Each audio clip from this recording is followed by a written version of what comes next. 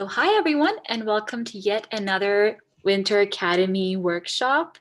Today's our 8th workshop actually, and as you all know, it is about Intro to Computer Science. So my name is Bushra, and I'm the current head of education at the PYF. And I'm joined today with our moderator, volunteer for today, Zahid. A little self-introduction. You're muted.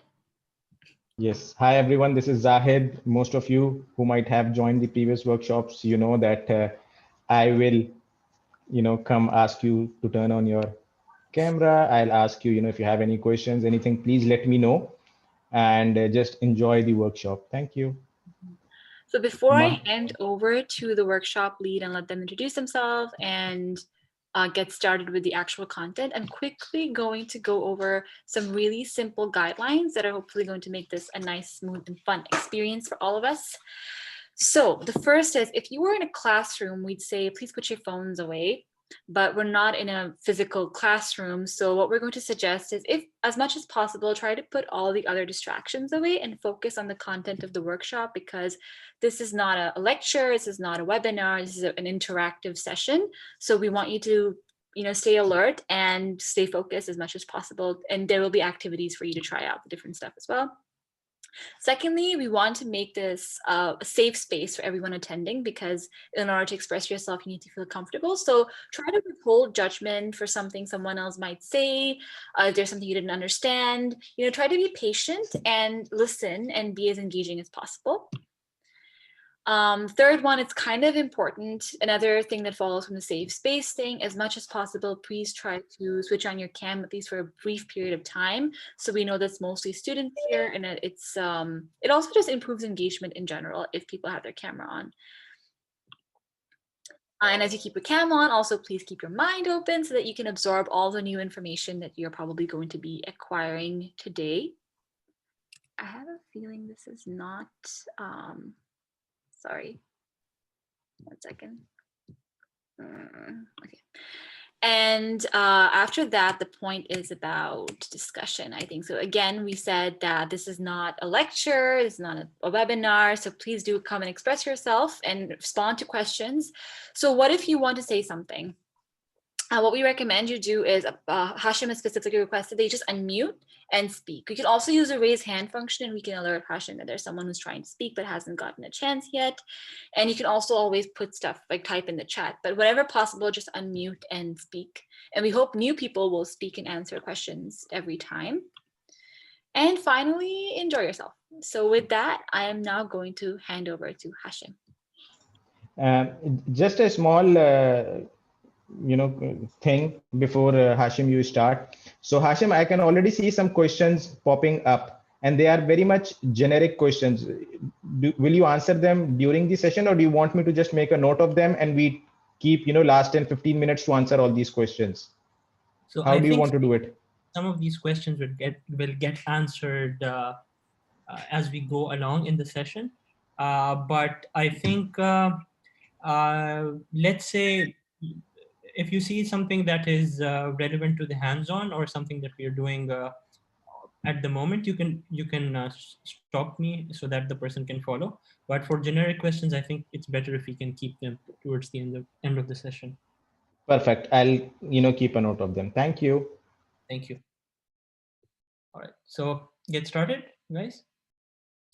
All right, so hello everyone. My name is Hashim Noor, and I am a computer science graduate from the American University of Sharjah.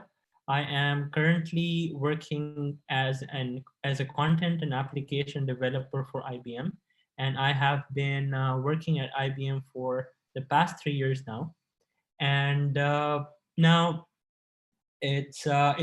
so I'm so glad that you all have joined the workshop. It's really it's really fun to see people curious about computer science, because I myself am very passionate about the subject. So whenever I see people who share the same enthusiasm, I really like to interact with them.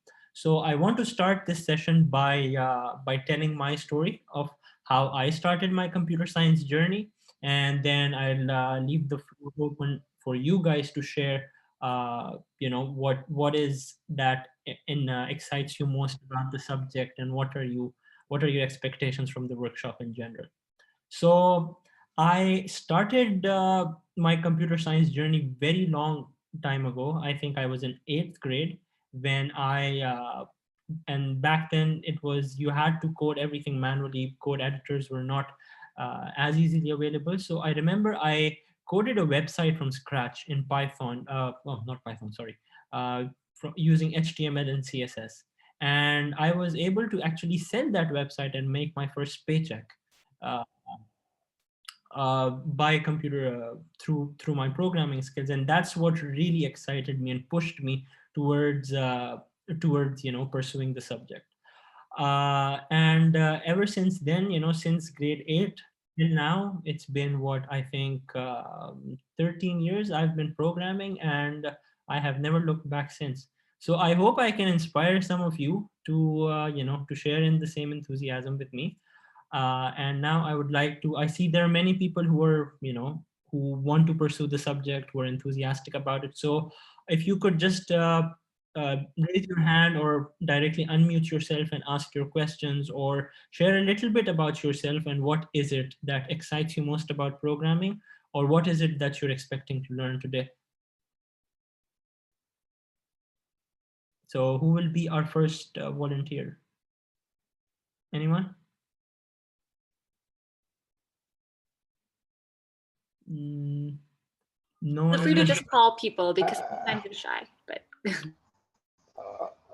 Or I can start. I just want to tell my computer story started because I did not want to study chemistry. So I was like, I'll pick anything that does not that allows me to not study chemistry. That's how I started in computer science. Thank you. Okay, I think I have something which might make it easier for people. So I'll stop my video and I'll start sharing my screen, and then people can join in on Mentimeter and share their opinions here. So I'll just start sharing my screen now. So can everyone see my screen? I can. Okay, all right. So if you guys can see my screen, you will be able to see the code there. It's I think 38136. I'm not sure, I cannot see it properly, but you'll be able to see the code on the screen, and just type in the code, and let's see what everyone has to say about programming and what you guys think. What do you guys know about programming? What's the first thing that comes in your mind when you hear the word programming? I'll give you guys a couple of minutes to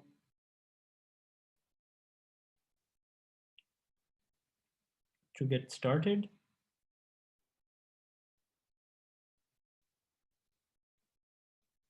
Okay, we have started getting our responses. People are saying it's fun, exciting, challenging. That's so, guys, there's no wrong answer here. It's not a quiz. You won't be graded on it. So feel free to say anything you want. If you think it's super tough, it's only for nerds, say that. If you think it's fun, exciting, whatever, and you can submit multiple responses. So feel free to share anything that you guys feel. And then I can sort of debunk some of the myths that are there about computer science. Complex, yes, that is something that that you commonly hear. What else? Boring. Okay, maybe after today's hands-on session, you guys will change your mind, but it's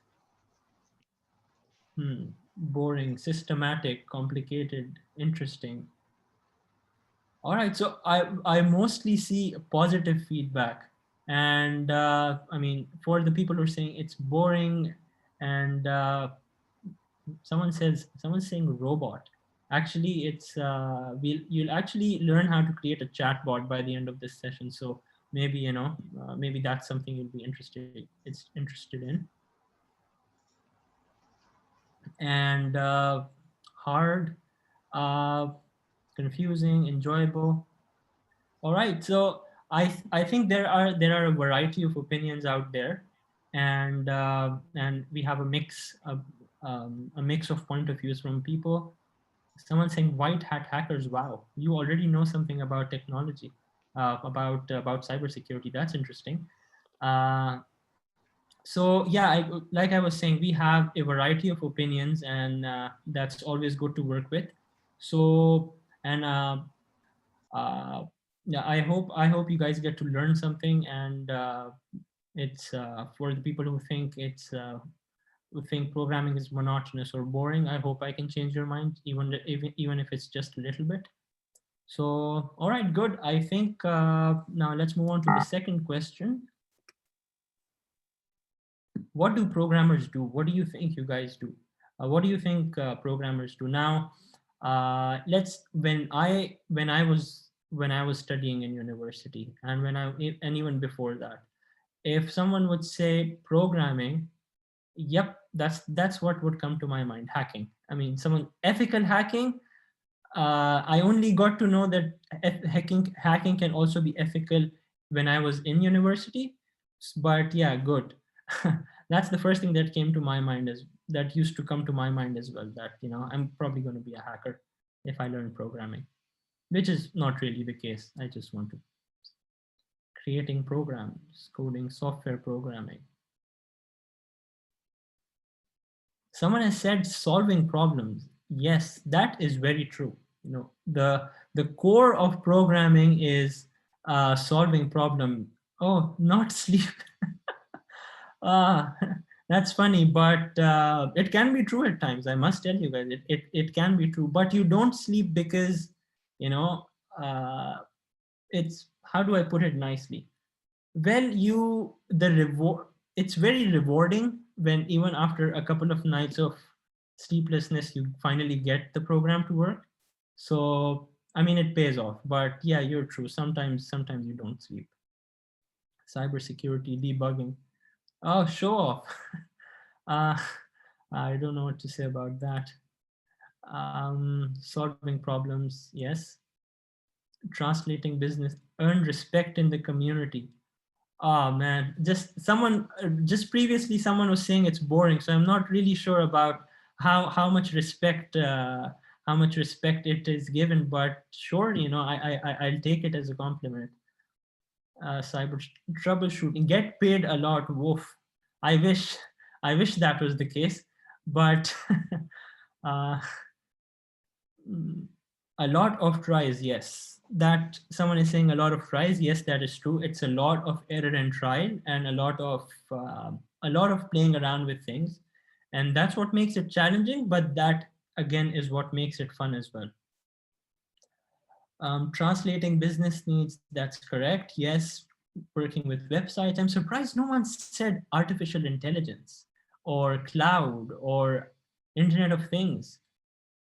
But anyhow, but again, over here as well, we have oh, okay, artificial intelligence, there we go.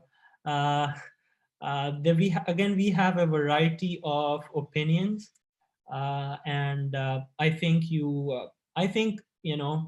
as if I were to take a guess, I think people here are generally aware of what programming is. So that's always nice to work with. So let's see. And now with that, let me move on to the presentation about programming. I will close my Mentimeter and I'll open my PowerPoint.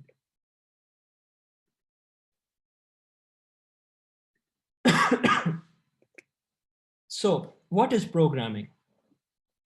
Basically, to put it simply, programming refers to the ability, or you can say the technique through which you can get the computer to understand what you are saying.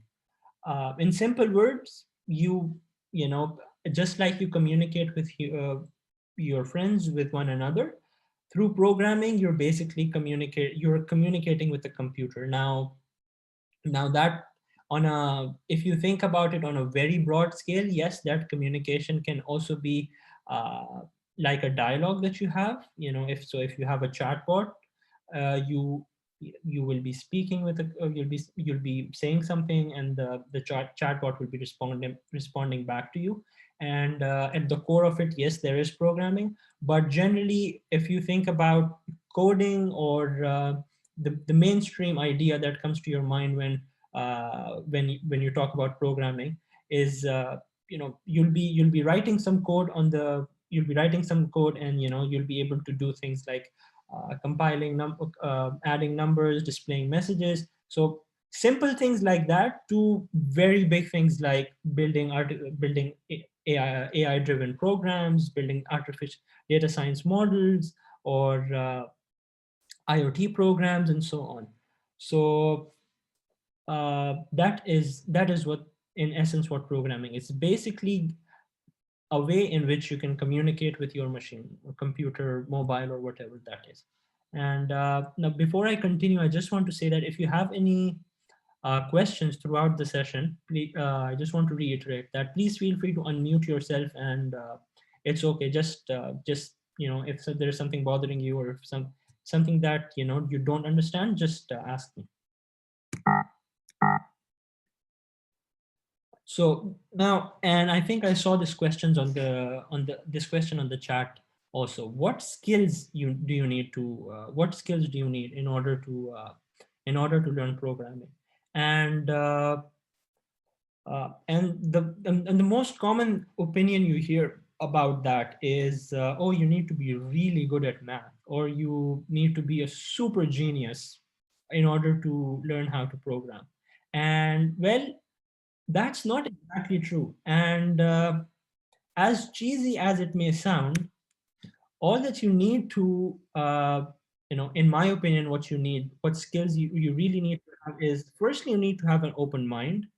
You need to be eager to learn, and you should be willing to innovate. But because these are essentially the things you are doing when you're programming, right? Because you're creating new things from scratch. When you're writing a program, you're creating something new from something from nothing, right? And that's actually, it can be a really empowering feeling as well. And when I say eagerness to learn, what I mean by that is, and I think it's best explained by an example. So there are hundreds of programming languages out there, and with each language you can achieve a lot of different things. So obviously you cannot, when it comes to programming, you cannot expect a person to be an expert at all of those things at the same time.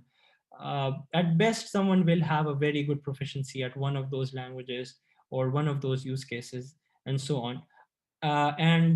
So the thing is that you learn as you go, right? It's a lot of error and trial. Even I've been programming for, let's say, I said about 13 years. Even now, there's so many things that I don't know, and I just even simple things even the simplest of functions, sometimes I have to go and Google them, because the syntax from language to language can be really, really complicated. So it while this can be challenging, it is also where the opportunity lies. It is also where you get the opportunity to innovate and do something which is really extraordinary. I mean, if you can just think about it, you can create your own app, for example, right? And it's not really that complicated. So yeah, you don't need to be a genius to learn to program. You don't need a lot of math background. I don't think I used any of my math courses while I was programming. All you need to do is you need to have the willingness uh, to take up that challenge, right? So now, why should you learn programming? Someone said you get paid a lot. Um, well, I guess if you look at Mark Zuckerberg, yeah, I mean, if you can create something that amazing, you do get paid a lot. But anyhow, jokes aside, it's in my opinion, and this is what I read a quote from Steve Jobs, and I think it really sets in well with what the essence of programming is. That he said everyone should learn how to program a computer because it teaches you how to think. And that's very true. most of the things that you are doing when you're programming, it's mostly got to do with logic. It's mostly got to do with solving problems, making them simple, finding the most effective way to solve a problem. Let's say you are given a task where you have to sort out uh, a list of 100,000 numbers from the smallest to the biggest, right? There are so many different ways you can do that. You can do it by comparing one number with another and then rearranging them, or you can use different techniques.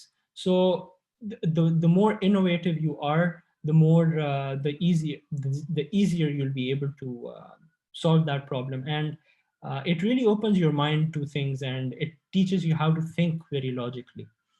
um, uh, Another thing is the second point, which is understanding both sides of the equation. And what I mean by that is in most of the jobs that we see these days, it's got something or the other to do with programming, or it has something to do with using a software. Let's say even if you're working with something like supply chain, you'll still be working with softwares or tools that are somehow got to do with I mean, you will still be in the realms of technology.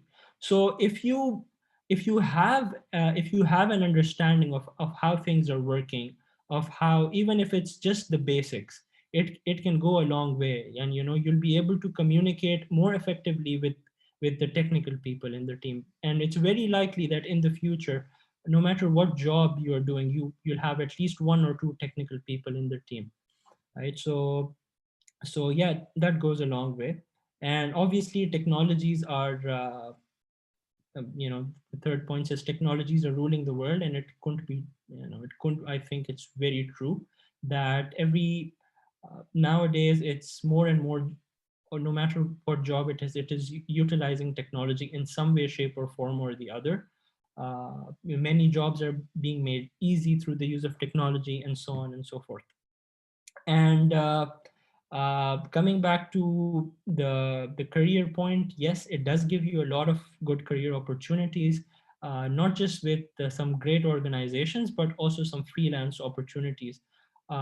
If you can learn how to program, you can go and register yourself as a freelancer and start doing projects on your own. So there are a lot of opportunities out there.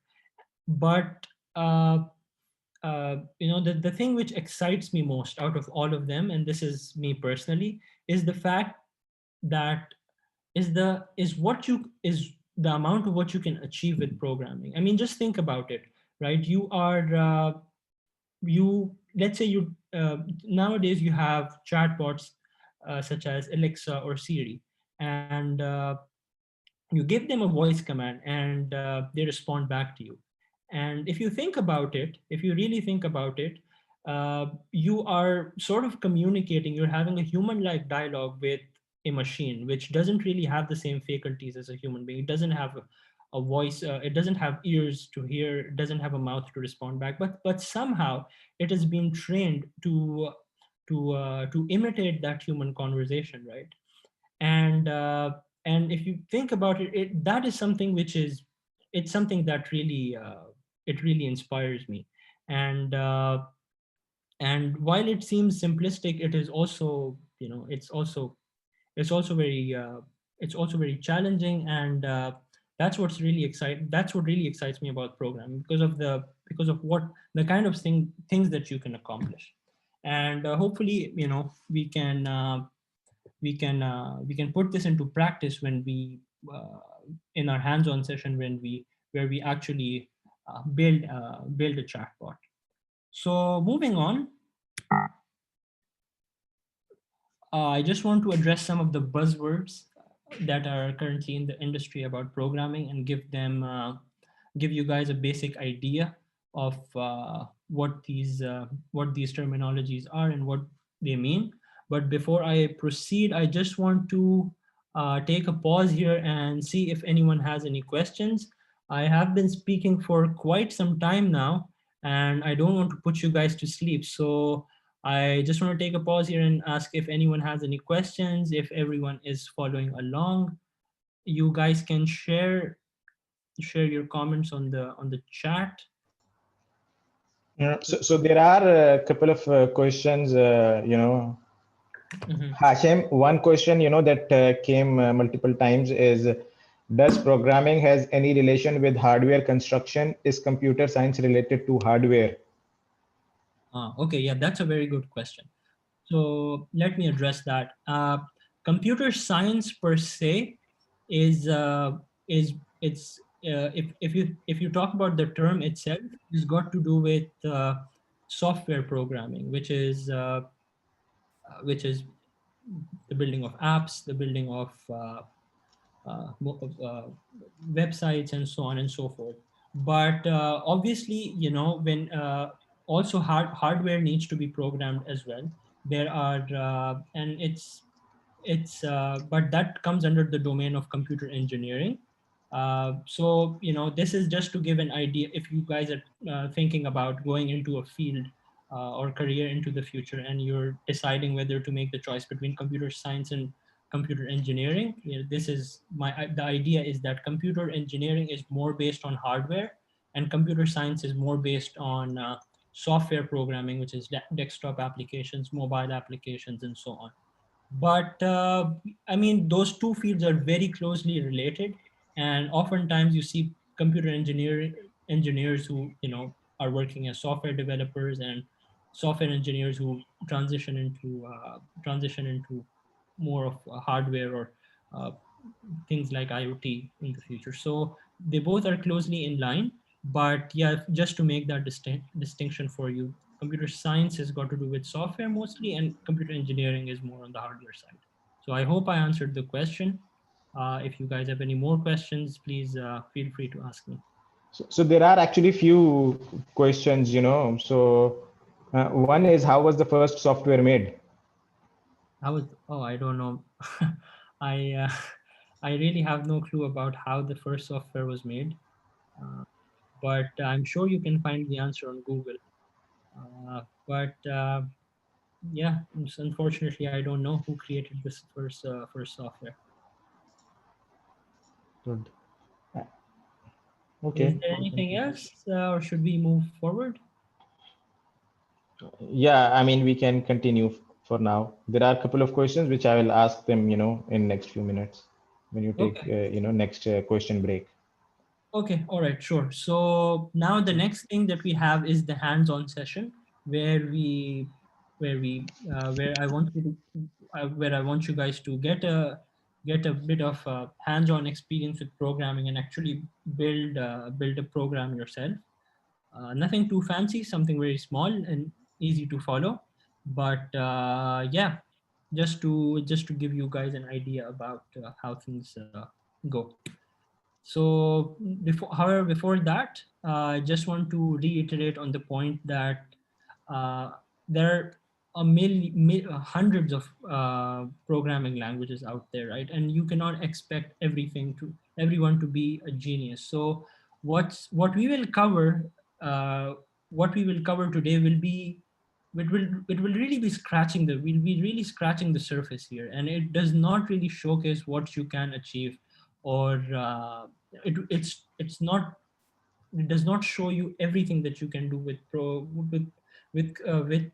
programming, but it sort of should give you a good starting point, right? So we'll keep this session very simple and easy to follow, and I hope you guys have the environment and the technical prerequisites set up. So the one thing was downloading Python, and the other thing was having a IDE uh, downloaded on your machine. So it could be Sublime Text or any other. So for those of you who don't have an IDE setup or Python setup, you can ping on the chat, and you can, if you want to follow along in the hands-on, then you can use a online compiler, or you can type in the code on your web browser online. So you can do that. For those of you who have your IDE set up and you have Python downloaded on your screen, I'm going to ask you to open your text editor now. So in my case, it's going to be Sublime Text. Click on File, create a new file. and just save it and with the extension of .py. So I'm going to give you guys a couple of minutes for you to just have your IDE ready, and then we'll take things forward. So Zahid, once and you guys can respond on this on the chat once you're ready. And then, Yes. Zahid, if you could please tell me once they're ready, we can get started. Yeah, either you can respond on the chat, or just unmute yourself and tell us if you are ready, and if there is any particular question that you have, for you to be ready, or you would just like to follow Hashim. Even then you can just let us know, so Hashim knows who is working on their own and who is following him, so he carries everybody along with him. So just by the raise of hand, who wants to follow Hashim? And in the chat, you write if you are doing it by yourself.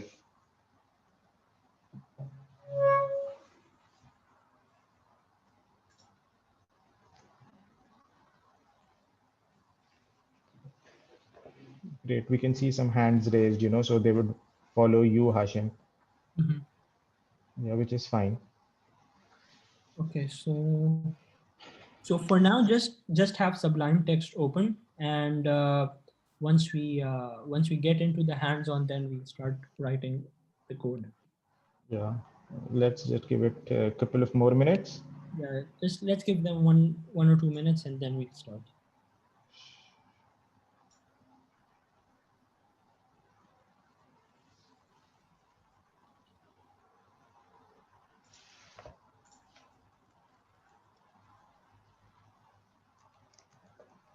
So over here, I want to ask you guys a question.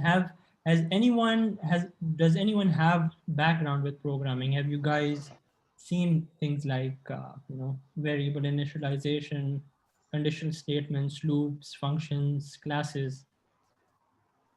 Have you guys worked with a programming language?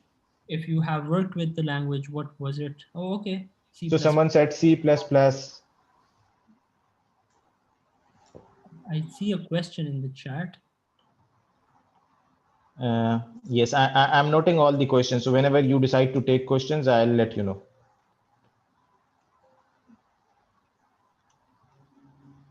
All right, people are So saying. so there are a number of people who will follow you. Mhm. Okay. Yes. All right.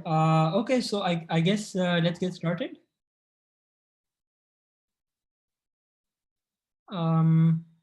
Or do you guys need more time, or is it okay? So let's have a countdown, and then we'll start if no one speaks or comes up. 5, 4, 3, 2, 1. Yeah, let's start.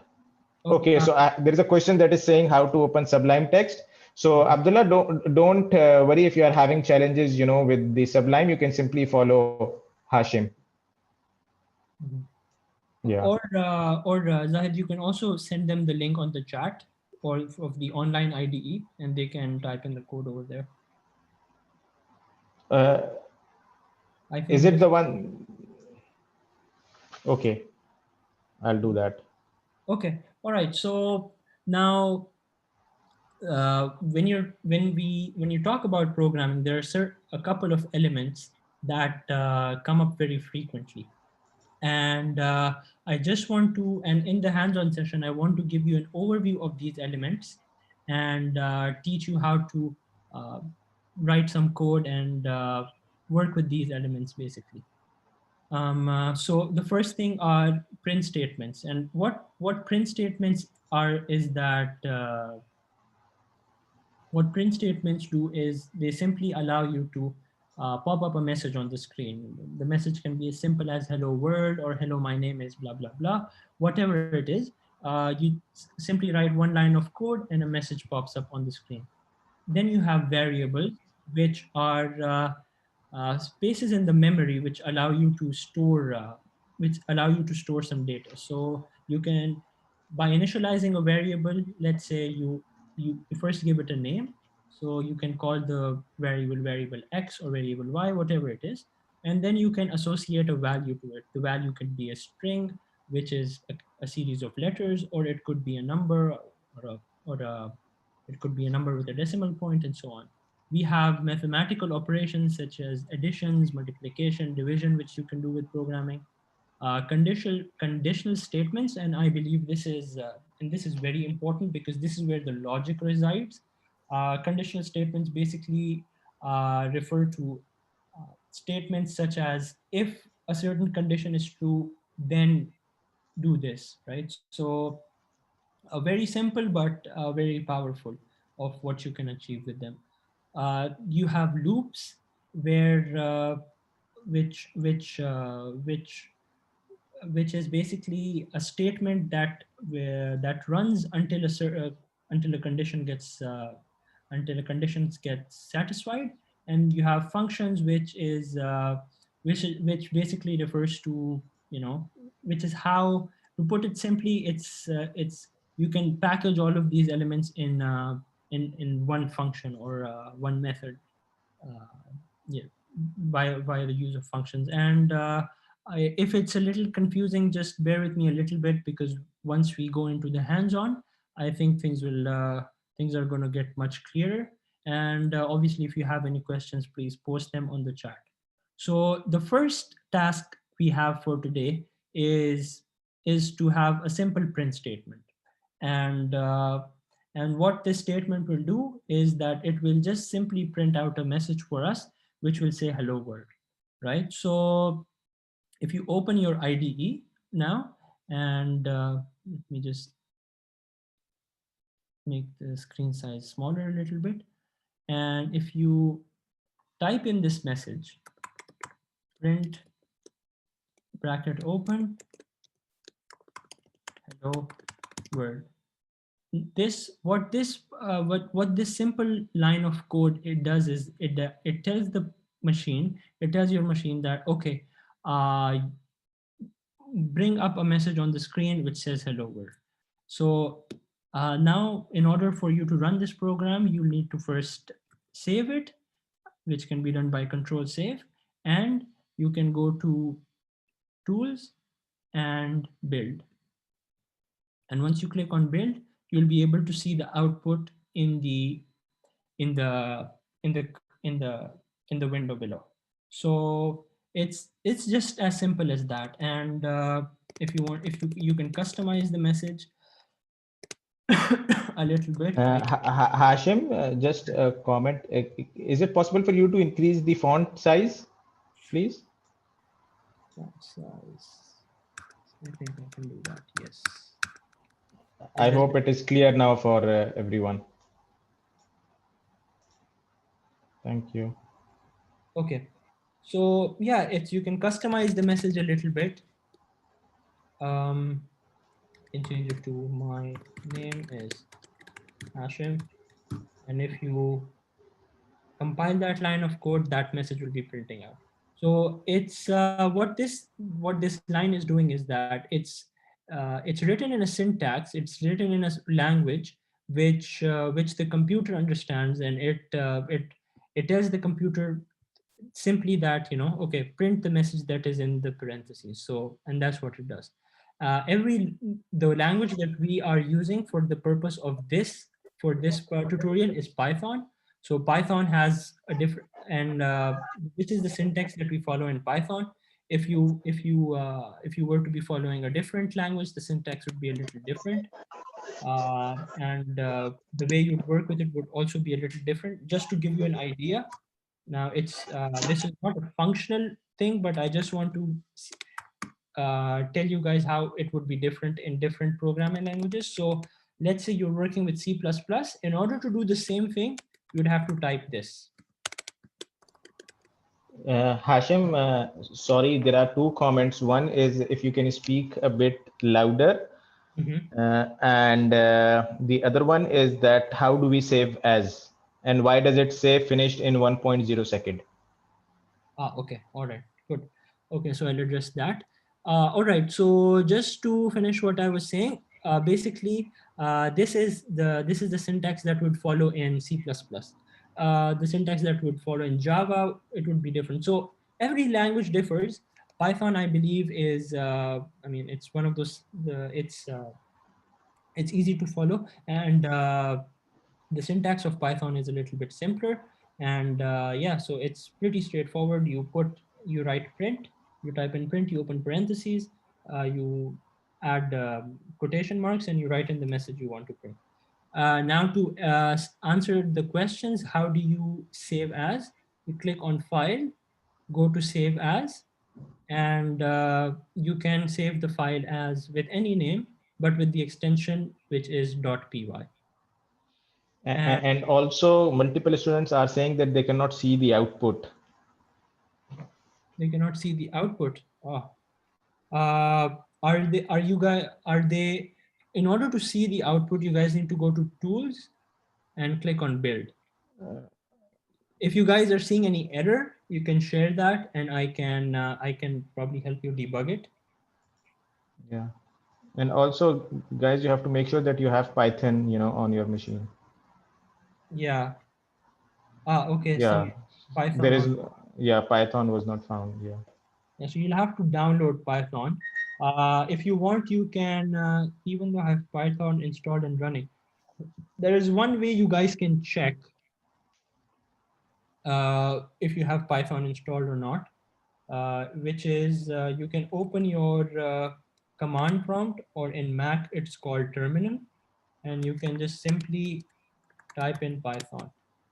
And if it gives you this message, Python version number, blah, blah, blah, then that means that you have Python installed and it's working. If not, then there might be an issue with Python that you have downloaded. And you can simply follow along on the, if you want to follow along on the hands-on session, you can do it on the online IDE, which the link to which was shared in the chat. Okay, Yes. to answer the second question, what this message this is a message which is generated by the compiler, and it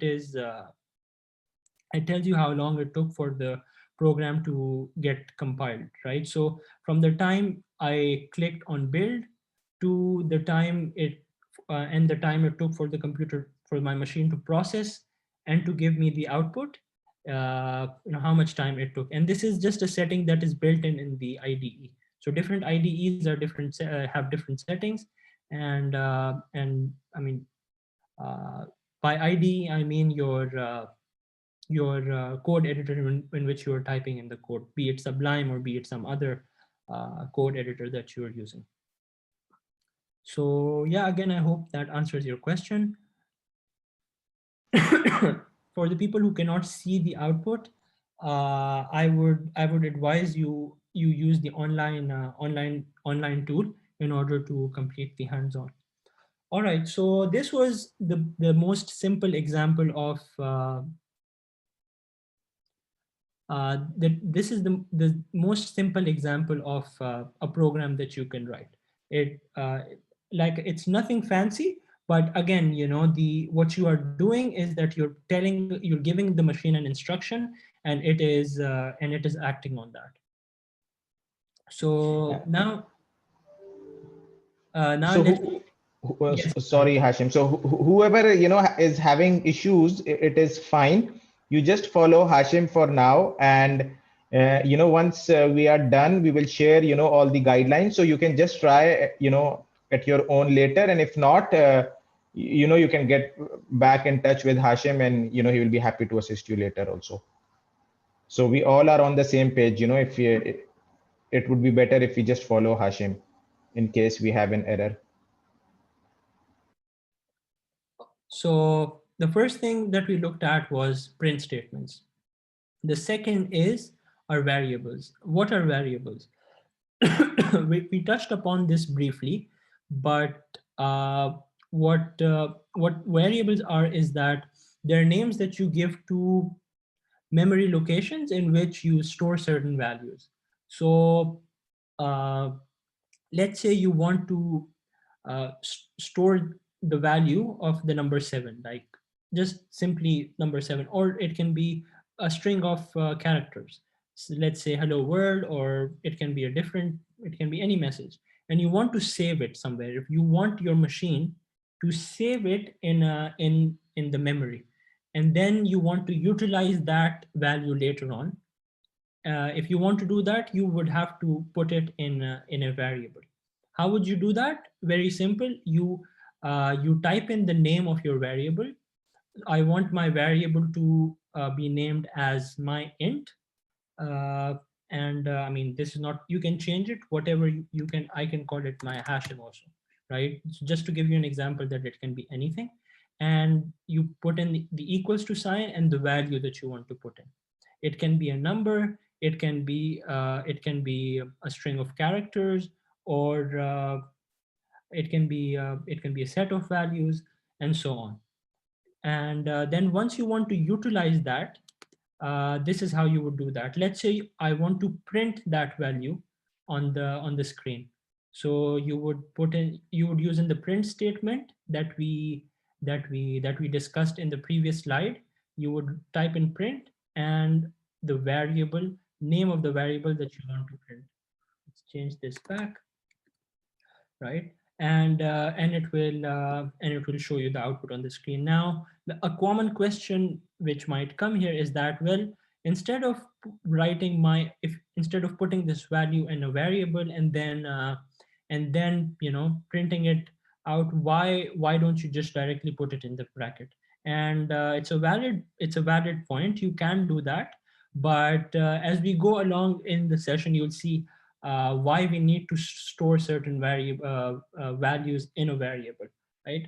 Because and the idea is that sometimes you need to use these values over and over again, and sometimes you need to process these values, you need to change these, so that's why you need to store the initial value, and then if you want to do some computations on it, so that you can do that, that's where variables come in handy.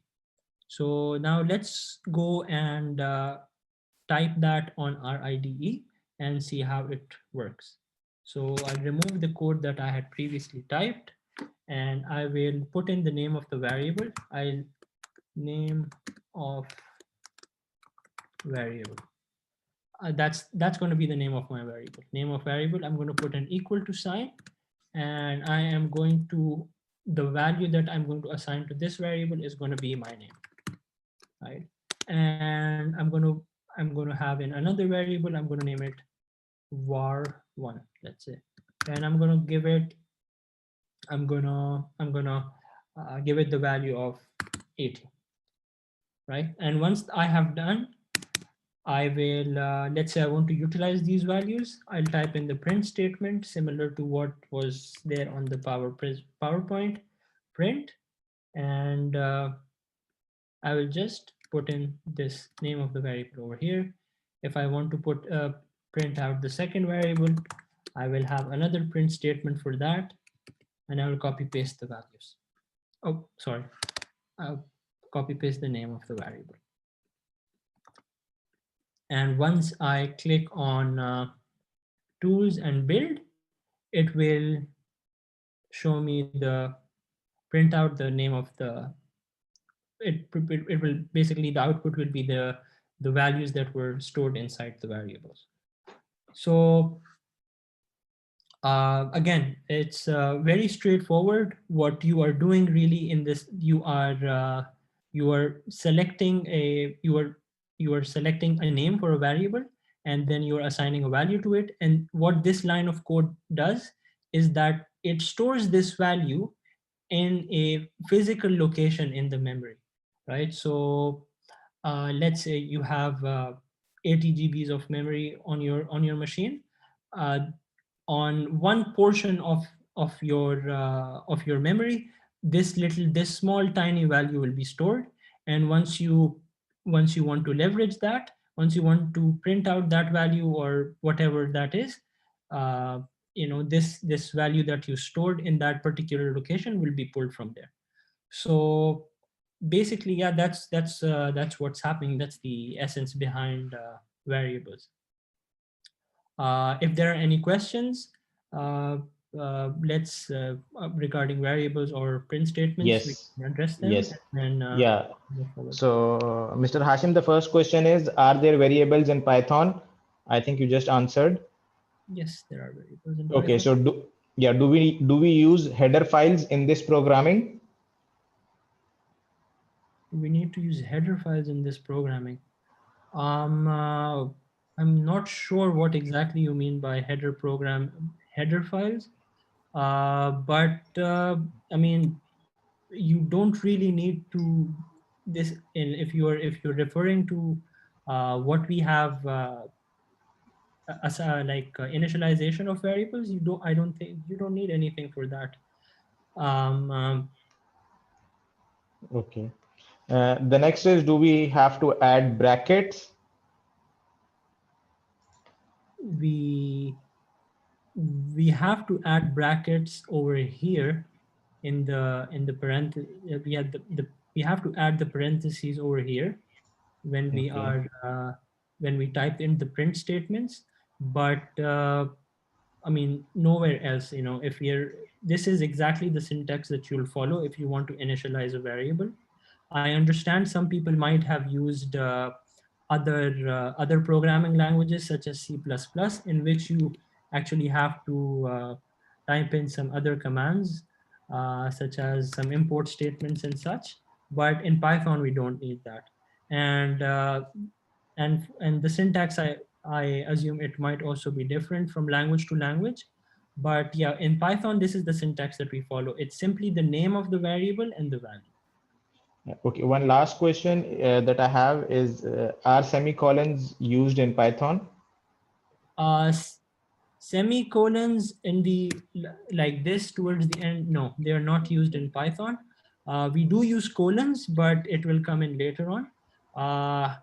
uh, I remember I mean, yeah, I think this can be quite confusing because I know a lot of programming languages use semicolons after every line, but no, it's in Python we don't use semicolons at the end of every line. And we do use colons, but it will come on later. It will come in later on. So these are the questions that I could see. If anybody else has, wants to ask something, otherwise you can continue, Hashim. Please feel free to raise hand, or unmute yourself and ask the question. Okay, all right. So just to reiterate, up till what we have, because the next thing we'll move on to is going to be mathematical operations, and I don't want people to get lost. Just to reiterate, what we covered up till now were print statements, which is simply a way through which you can get your machine to uh, give you a certain output that you program into it. And second, and then the third and then the second thing we covered were variables, which are used to store in values. So you can what it's think of it like a box, right? You give think of this variable like my int, like a box, and the value that is stored inside of this box is 7.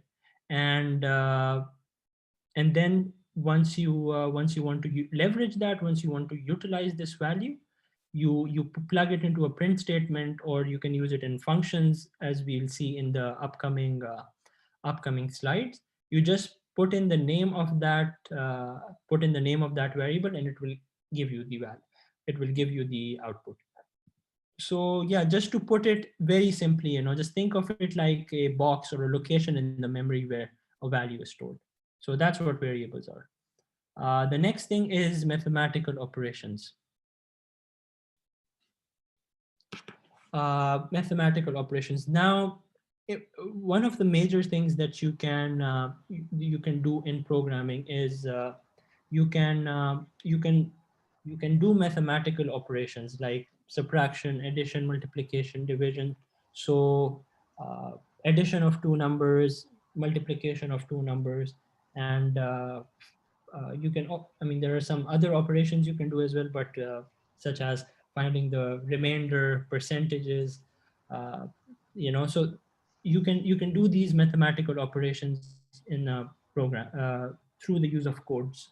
So you can program your so you can write in a piece of code which, let's say, adds two numbers or subtracts two numbers and so on. So, and I think it's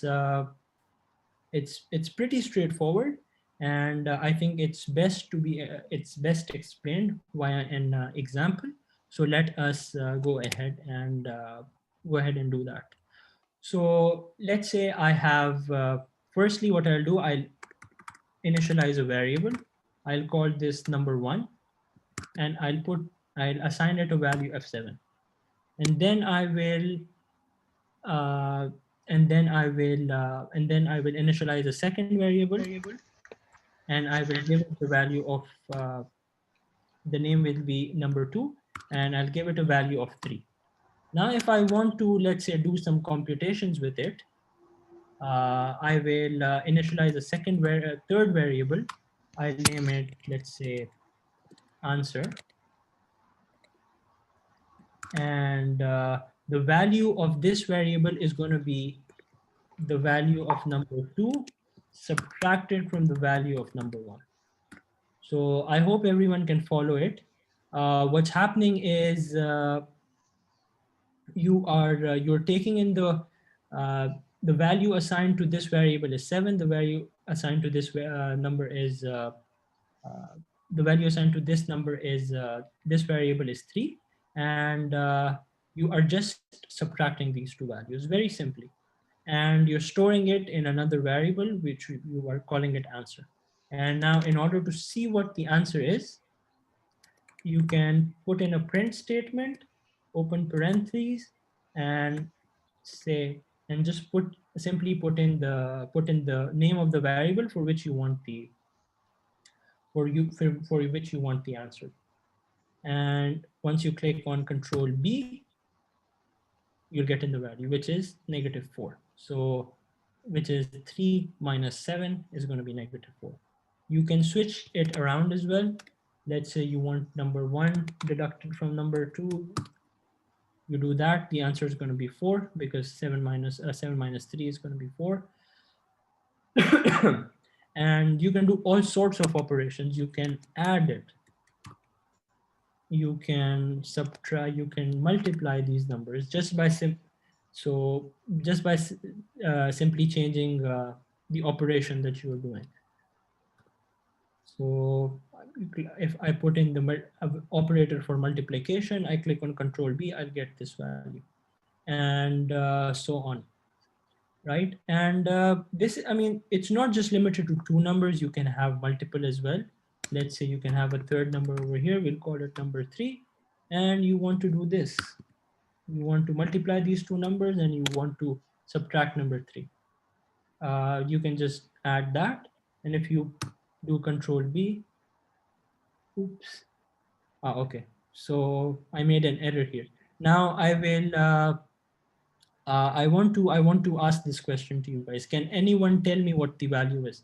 Because like I mentioned, the essence of programming is that you need to have an open mind, you need to be curious, and you need to work with the errors that you get, and you need to really sort of debug them, and there's a lot of error and trial.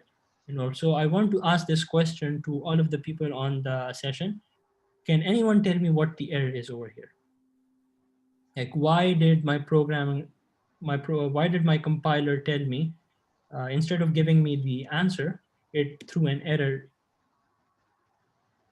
saying did not enter the value of number 3. Exactly. I didn't add any value for the number 3. Exactly. So if I don't add any value over here, the computer gets confused. It doesn't know what to do with it. It says it goes to the memory location, but it doesn't find any value there. So it just gives me an error, right? So when the computer goes to the memory location for this one, it finds the value of 7. For this one, it finds the value of 3. But over here, the box is empty. There's nothing in the box. So the computer gets confused and it gives you an error. I mean, this is just to put it very simply. So let's say we put in the value of 1 over here and we compile it again. The error is going to be removed and it's going to give us a value of 2. Now, just to add one more thing to it, you can enhance your print statements a little bit. It just doesn't have to be the name of the variable. You can add some text to it as well. Let's say my answer is colon. Now, and I think I forgot to cover this, is that whenever we want to write some text, whenever we want to our whenever we want to see some text on the screen as output, we will put it within quotation marks. So whenever the programmer sees whenever the compiler or my machine sees these quotation marks, it knows that this is text. And if there are no quotation marks, then it will simply take it as a number.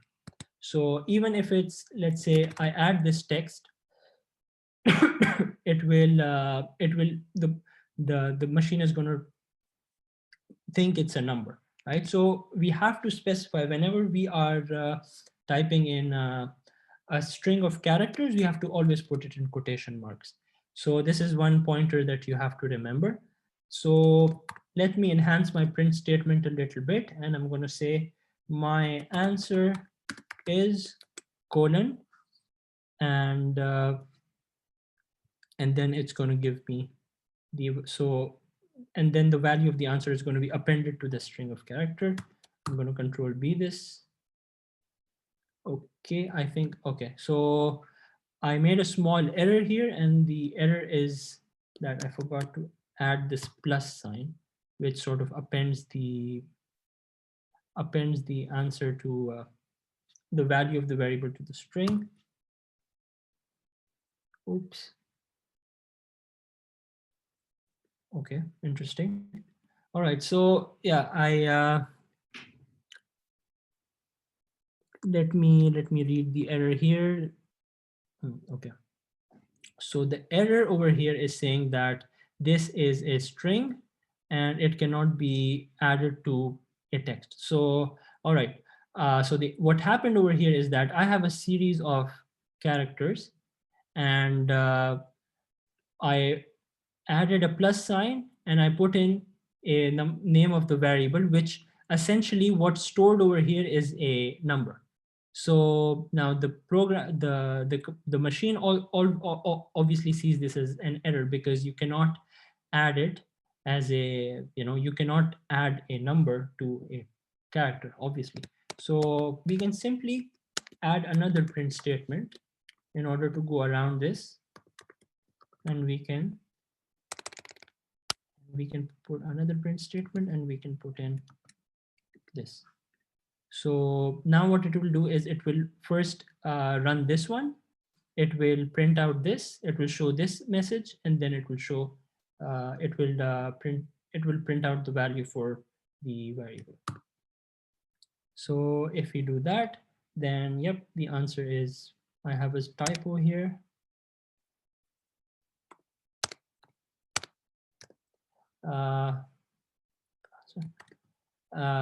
So yeah, it's, so once I compile that, it's going to first run this statement. It's going to print out the string of characters, and then it's going to print out the value which was stored inside the variable. So okay, this was mathematical operations, running mathematical operations with using programming. And again, I'm going to take a pause here and go back to you guys and take your questions if you have any. So if there are any questions in the chat, Zahid, please refer them to me, and I'll try to answer them as much as possible.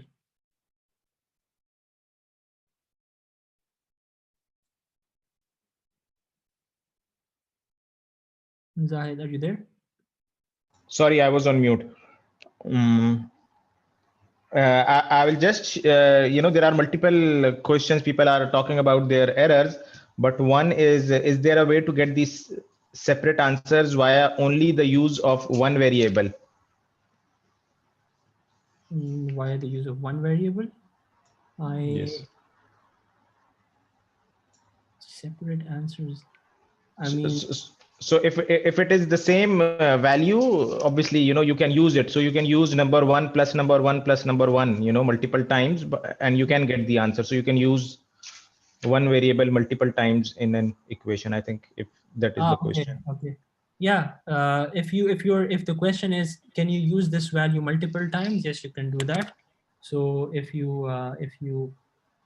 so for example, if I want to use this value for number 1 again, yeah, I can do that. And if I compile it again, the answer is going to be 48, which is 7 times 7 minus 1. Yes, So, and you can. The other question is it possible to get multiple arithmetic operations in one variable? Which we just answered. So yes, we can have. Where is the use of addition and subtraction in making a website or software? okay, this is interesting. So let's say you have a website and you want to display a picture on that website, and you want to display the picture on um, 30 pixels from the right. You always want to have the you let's say you always want to display the picture 30 pixels from the right. So what you're going to do is, and each, now remember, each screen is going to have a different resolution, right? Some screens are uh, uh, 780 by 1200, or I'm not sure what, but the resolution of every screen is going to be different. So when you're building a website, what you're going to program it in a way that firstly you're going to extract the screen resolution of your browser, and then you are going to say, okay, I want to add 30 pixels to it, and that's going to be my location. Right. So this is a very simple use of mathematics on your website. But it can be used in a variety of different ways. So if you're building a calculator, if you want to, let's say, have a calculator on your website, you have a couple of buttons. Let's say you have a couple of buttons, and you want to uh, get the user to play around and add those two values, uh, add values or subtract values. You get the user to, let's say, type in a few values, and then you have sort of calculator built, which once you select subtraction or addition, it gives you the output. You can you can you can do you can you This is one of the other use of mathematical functions on uh, on a website.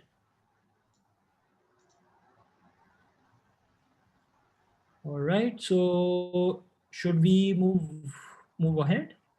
Yeah, just one last question. Is there any local or global variables in Python? So the variables that we initialize, because the scope of the program is very limited, for the sake of that, it's going to be these, you can call these variables global variables. But to answer your question, in essence, yes, you can initialize a global variable, and then you can use it in your different functions. So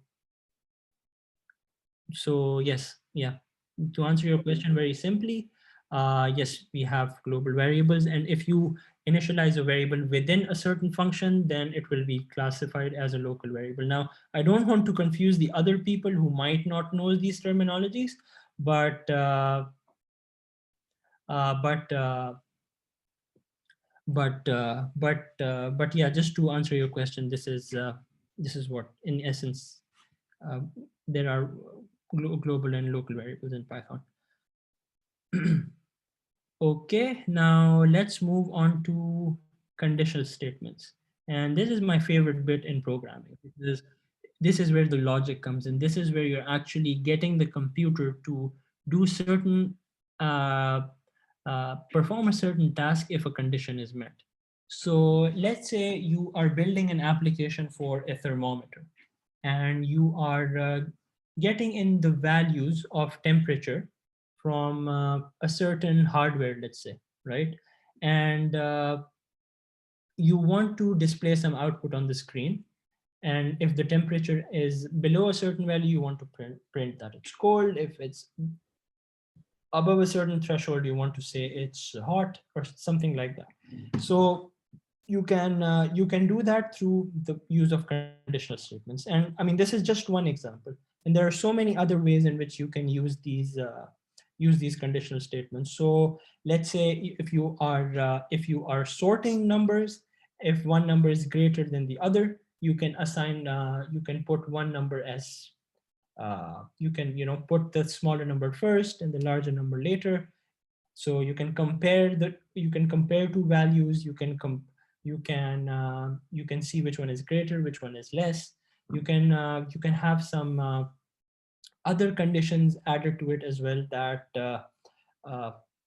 if through the operators of and or, which means that if two conditions are true, so if you have one condition and you put an and operator between after that condition and enter another condition, it will check that are those two conditions true. If those two conditions are true, then only it will move on to the next statement.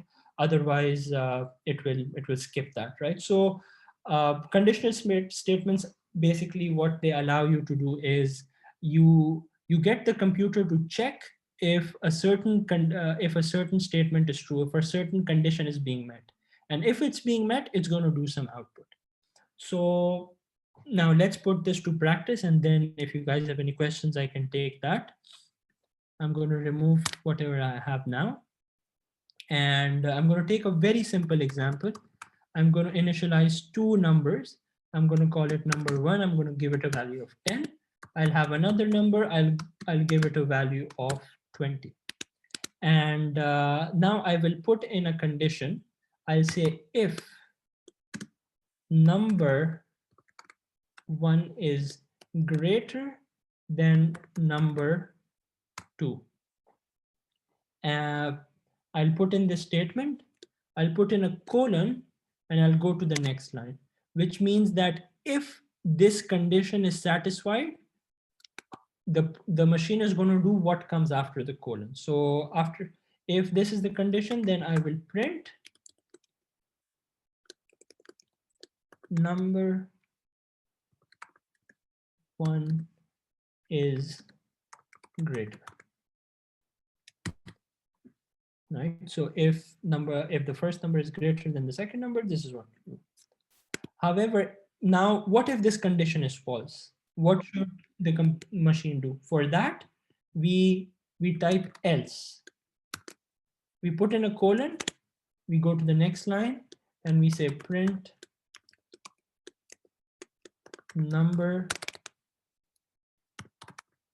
2 is greater. Right, so very simply we are checking.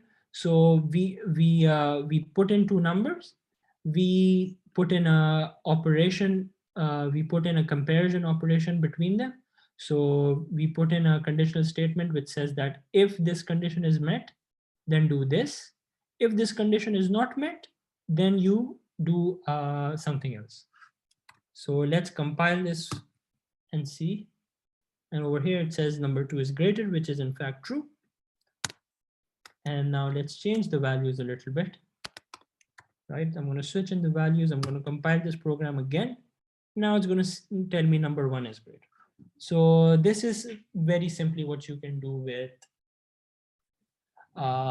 with comparisons and if conditions. However, now it's not just about comparing two numbers, if it's greater or less. What you can do is, what if these two numbers are equal? So over here, you'll come up with another condition, right? So we'll call it else if, and it's denoted by this ELIF or sort of tag, you can say, and you can say that if number 1 is greater than number 2, you do this. If that's not the case, let's say you want the computer to check for something else. If they both are, let's say, equal, then what do you want the computer to do? You want it to print both numbers are equal.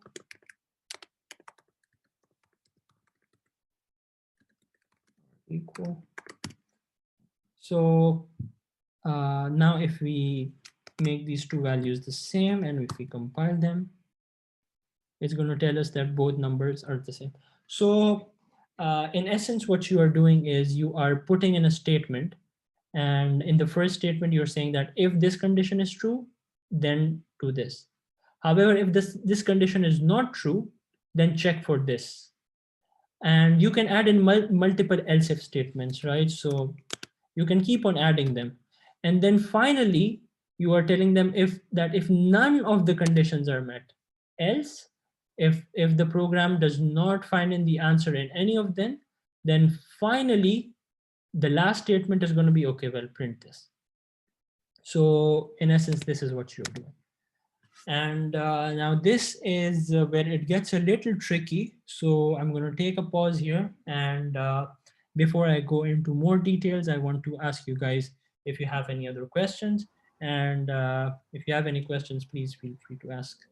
Yes, we do have questions. So the first one is, what if we do not type but use the code for equal? Mm-hmm. Yeah, so this is one. And the second question is, do you want to answer that? Okay.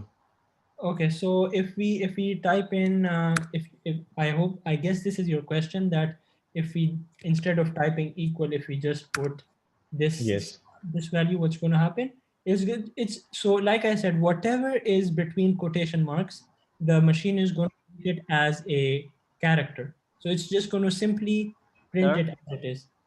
So it's going to print in the equal to sign. So over sir, here, yes, both numbers are equal. my question was that if we type number one greater, but we use the code for equal, what will happen? Okay. So, okay. So if you're saying that we in the value that we put a wrong answer over here, basically, are you saying that, or I'm asking if the number one is greater. Uh, yeah? if we But write 20 instead of 10. okay, so if you write 20 instead of 10, so if we write 20 instead of 10, let me do that. So if I write 20 instead of 10, right? So if number one is greater, then this condition is fulfilled. So it's going to print out that number one is greater. So if I compile this again, it's going to print out this. So since this condition is fulfilled, it's going to print out this. If the numbers were equal, then it would go to this condition. If both of those if none of these conditions were greater, then it would finally go over here. So if we change this a little bit, if I make this 10 and if I make this 20, and if I compile this, it's going to tell me that number 2 is greater. So in essence, what happens is that first the machine, it checks, that the computer checks, okay, is this condition being met? Is number one greater than number 2? It's not. Okay, go to the second one.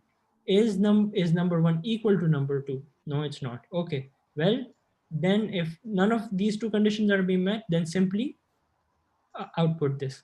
So this is what it does. So did I answer your question? If you have any question, please feel free to ask it. You can ask again as well. It's not an issue. Yes. So the next question is, how do we add input into our variables via the user interface when a program is run by a user? In C language, scanf is using what about Python? Okay. This you can do it using a input statement. However, it's going to be tricky to run this, because in order to run that, you need to run the commands. You need to run the command prompt. I can cover that at the end of the session, because I don't want people to get confused. Because but essentially the idea is, if you type in input and then number, then it's going to prompt the user for the it's going to prompt the user for the it's going to take this value from the user.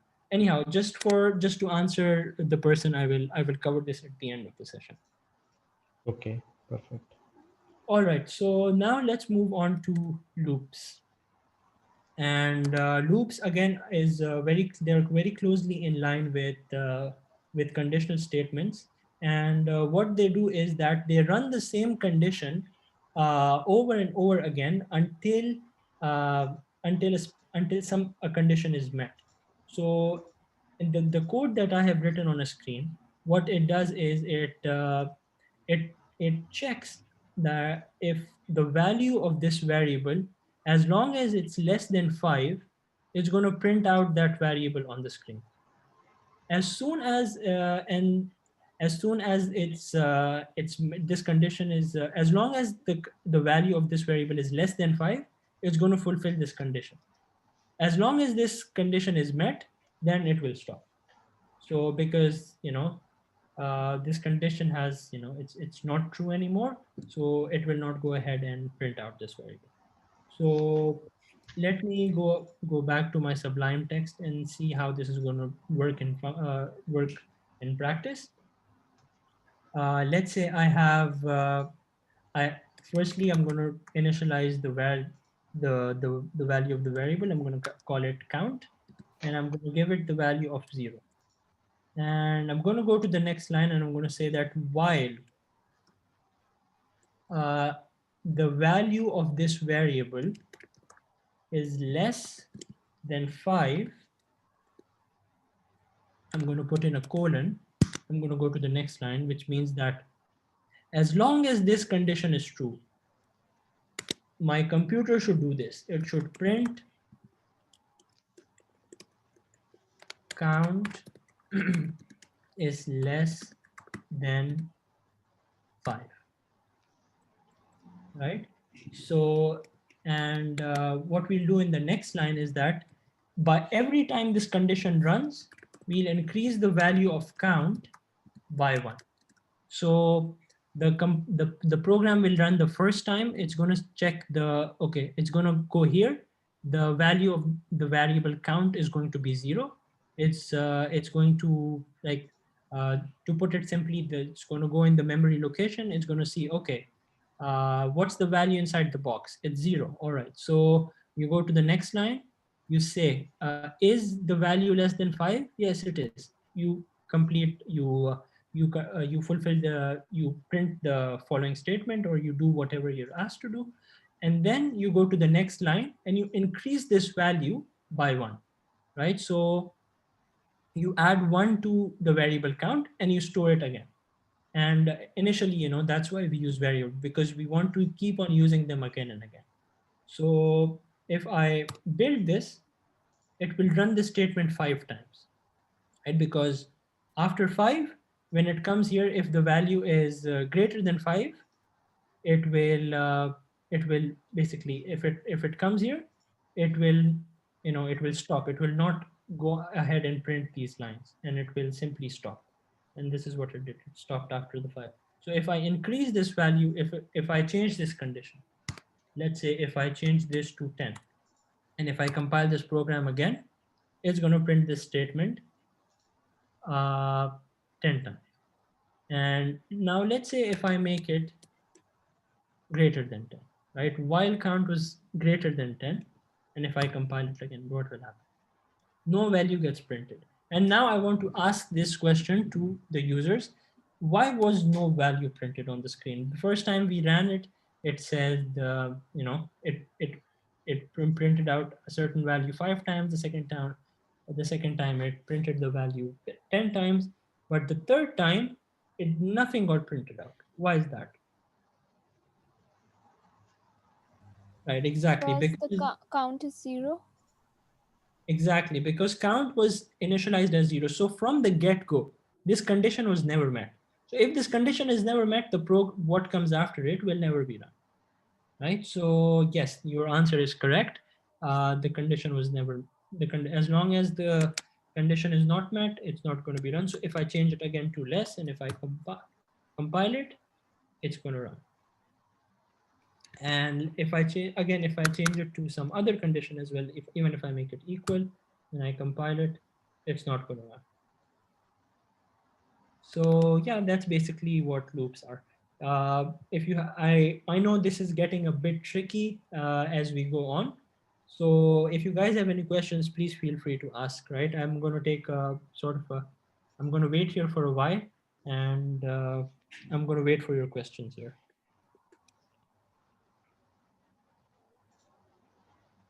Don't be shy. No, there's no such thing as a silly question. Just I'm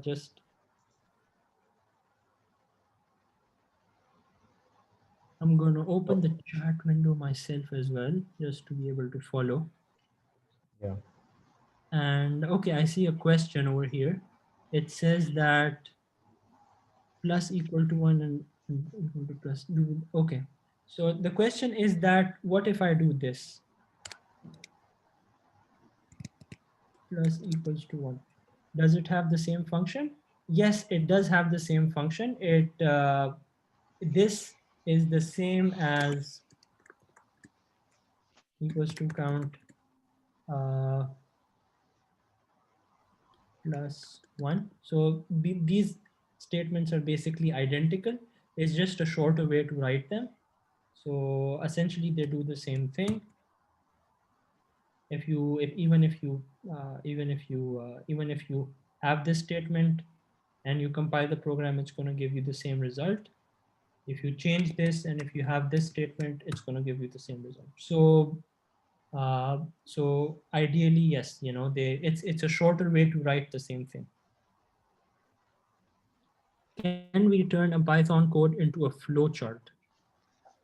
I have never done that personally. I have to tell you that, but I'm sure there are tools on the internet which allow you to do that. So you can go and look it up, and I'm sure you'll find it.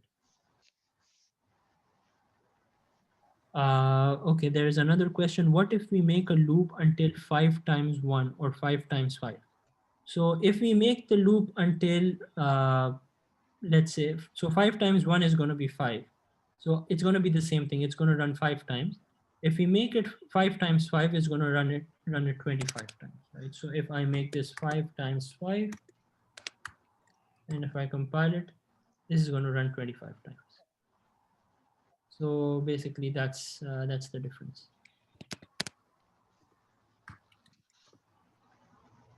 So I hope I answered your question. If there are any other questions, post them on the chat and I'll get back to you. Actually, Hashim, sorry to cut you off, but I'm a little concerned that people are not unmuting their mics and speaking. This is an especially shy audience. So what I'm going to do is I'm going to suggest someone unmutes and asks a question, because then I'm going to reward this group with a riddle. Anyone? Question or comment about how you're following so far? I'm beginning to wonder there's no one behind all these screens. I hope that's not the case. I hope I'm not talking. Hashim is doing such a great job and everyone is so quiet. Okay, you know what? I'm just going to ask the riddle, and I have closed my chat screen. I cannot see whoever's responding on chat. I'm just going to ask the riddle, okay? What has to be broken before you use it? You have to unmute and answer. Egg. Eggshell. An egg. Wow, I did not guess that. Okay. What can travel around the world while staying in a corner? Ooh, that was a good one, I guess. What can travel around the world? Letter stamp. Corner. What did someone answer? Google Map. Google Map. State stamp. A stamp. That is correct. Let me try one more just to make sure. Okay.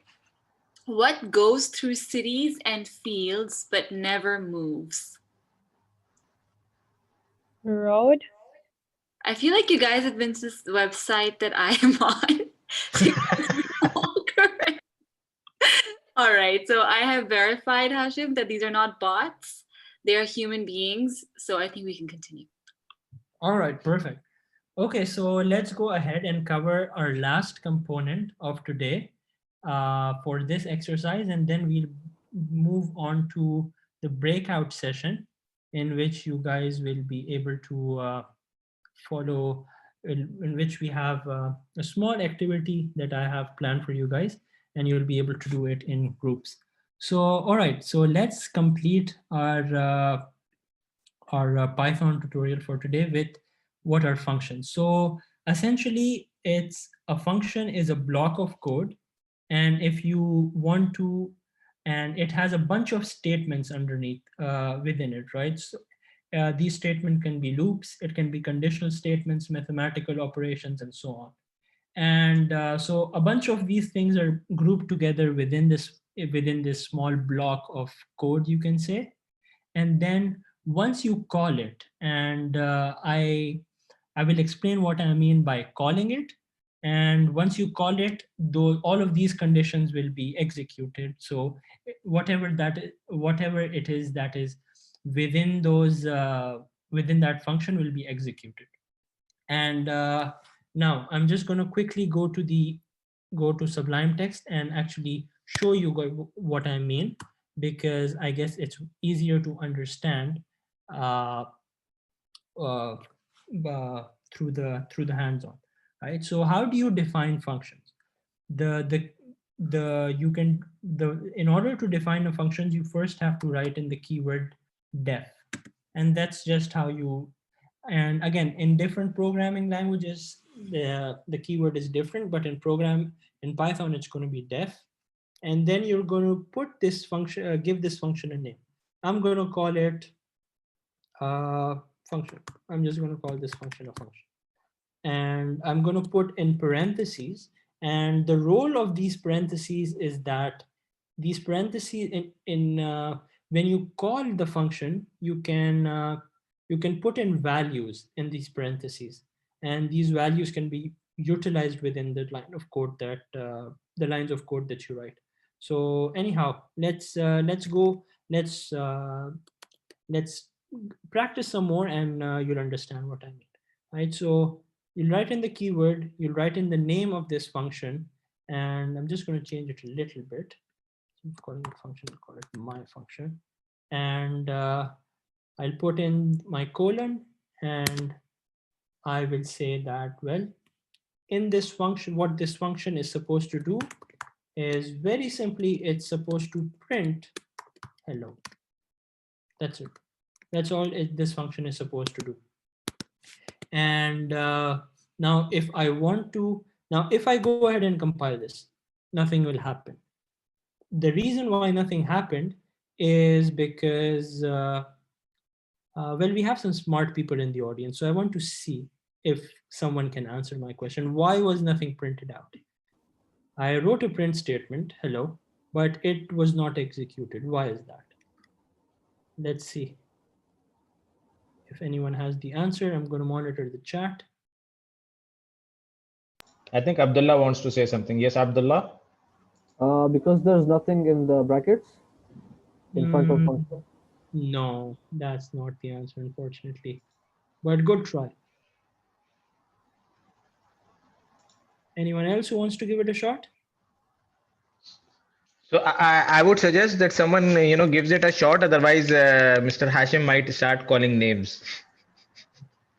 I love that idea. I love it. Yes, then you will have to answer, and it might get a bit tricky. Okay, I see someone has answered, and it said that we haven't defined the function yet. That's why.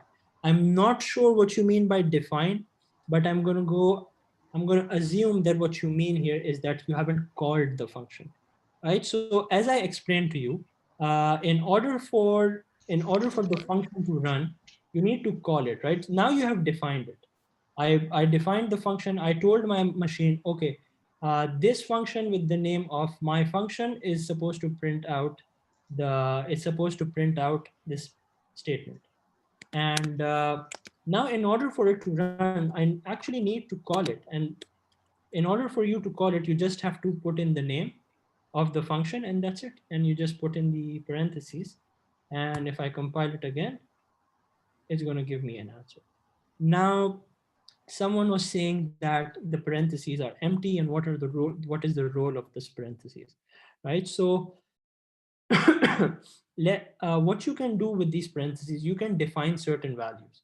So let's say you can put in in order to utilize those values within the function, you're going to first define them in the parentheses, right? So okay, now what this function is doing is that this function is going to take a value, is going to have a parameter and the name of this parameter is called number. And what I want my function to do is that I want it to print out the value for the number. And now what, and in essence, what it will do is that when I call my function, it's going to go into the parentheses and it's going to look for this particular, the value for this variable, right? The variable has been defined, but there is no value that has been added to it, right? So when I call my function, it's going to check in the parentheses. Oh, okay, look, what's within the parentheses, you know? So what's the value for this variable? And if I enter the value 7, this value is going to be assigned to this variable. And in the print statement, then it's going to be leveraged and it's going to be printed out. So if I compile it, this is what will happen. Now you can put in multiple variables over here. You can say number 1, number 2, and you can put in multiple print statements as well. If you want to print the second number as well, let's say number 2. Now, if we put in 2 numbers, so over here we have defined 2 numbers, right? So what the computer is looking for, it's looking for 2 values within the parentheses, right? Because in the definition, I'm telling it that, okay, look, Mr. Computer, I'm going to be giving you 2 numbers as values. So when I call it, it says, okay, I have this function and I want 2 values. So we are going to give it 2 values. We are going to compile it and both of these values will be printed out. So let's see what happens when you don't give it values, right? We leave it empty. And if we compile it, understandably, it's going to give you an error because the function, when it's called, it looks within the parentheses. It says that, well, the person who was writing this function told me that I'm going to give you two variables, right? Those variables have been defined in the memory, but when I go to the memory location, I don't find anything. So that's why it gives you an error. So once I plug in these values in the parentheses, then these values are stored, are assigned to these 2 variables, and then they are printed out. So essentially that's what functions do. Now, functions can get really complicated. They can get really advanced. You can put in all sorts of conditions. You can, let's say, put in an if condition over here. Let's say if number is greater than number 2, then print number, let's call it number 1. Number 1 is greater, else I wanted to print number 2 is greater, right? So now what we did is that we defined a function and we put in a conditional statement within this function, right? So like I was saying, you can group in a bunch of things within these functions, right? If I want, I can plug in a loop also inside it, but now I don't want to get too complicated, but so yeah, I'm going to keep it simple. And again, what this function does is that it, whenever it's called, it checks for 2 values. Firstly, it goes to the parentheses, it takes 2 values, and then it checks if the values of those 2, if the first value is greater than the second value, then it prints out, okay, number 1 is greater. If the second value is greater, then it prints out that the second value is greater. If I compile this, it's going to tell me that number 2 is greater, because indeed it is. If I change it a little bit, and if I compile it again, then it's going to show me the opposite result. So, and that basically that's basically it for functions. So And, a function can be used multiple times during the program, yes? yes, that's correct. So I can call this Once you've defined it, you can use it again and again. That's correct. You can use it again and again. So if I define the same function again, give it different values, and I'm glad you raised this point. I can compile it again, and in this function, because the value of the second number was greater, it printed out that number 2 is greater. So yeah, you can use the function again and again. If you give it different values, the answer is going to be different. If you give it the same values, the answer is going to be the same. So Hashim, a quick question because it is relevant to what you are explaining right now. I want to ask. What was the reason the function didn't run before? Was because of us putting apostrophes when entering the command, but not when we defined it? No. That was not the reason why the function didn't run. So the function didn't run because I didn't put in any values, right? So if I remove the values and if I compile it, it's going to give me an error. Why is that? Because when I'm defining the function, I'm telling my computer that when I call the function, I'm going to give in two values. But when I call it, I don't give in these two values. So, well, it gives me an error saying that, oh, well, you haven't given me the two values that you promised me. So, yeah. So once I add in the two values, and if I run it, then it's going to run properly.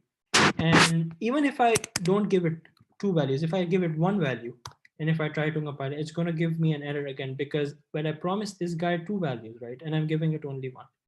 So yeah, I mean, programs with computers, you can't reason with them. You have to give them what you promised. So that's why it doesn't run. We can call the functions before okay, there is a question that I see on the chat which says that can we call the functions before defining the functions? Well, so you have to define it first, because if you don't define it, then for example, if I remove all of this, which was in essence my function definition, and if I run it, then it's going to give me an error because I didn't define it. However, if you mean that can we call it first and then define it later in the second line, then again, it's giving me an error because it runs this line of code first and it sees no definition. So in essence, it has to come after. Now, I understand that in other languages it's different. I know that in C++ you can define them, and you can type in the function definition and then you can call it later and you can do it interchangeably. But in Python, this is the method. You have to write in the function first, you have to define it, and then you can call it. So I hope I answered your question. Okay. If you guys have any other questions, please feel free to post them on the chat now, because the next thing that we have is a breakout exercise, and you guys will be writing your own code in the breakout exercise. So if there is any confusion that you guys have now, please, ask me. If not, then we'll move on to the breakout. So before we do that, in case no one in the group has Sublime, they can just use that link that you shared a while back, right? Correct. Yes, I'm going to share that again just in case people. Yes, that would be great. And in the meantime, if I could share my screen very briefly. So what I'm going to do is I'm going to start creating the breakout rooms. Okay. Can I post the link on the chat directly? Absolutely. Yes, please. And if anyone has not received it, please let us know now rather than after you get into the breakout room. So Hashim, how big should the breakout rooms be? Excuse me, I didn't get that. How many people would you like to have in a single breakout room? How many people do we have in total? So I think it's 3 of us, so 15 students or attendees. I think 3 to 4 would be a decent number. Okay, per breakout room. Yeah. All right. So I'll do 5 breakout rooms actually, and start assigning people to it. Will they be able to see my screen during the breakout? No. Okay, then I'll have to give them, okay, perhaps they can take a screenshot of the screen. Zahid, can you take screenshots and put them on the chat? In the meantime, I'm creating the breakout rooms.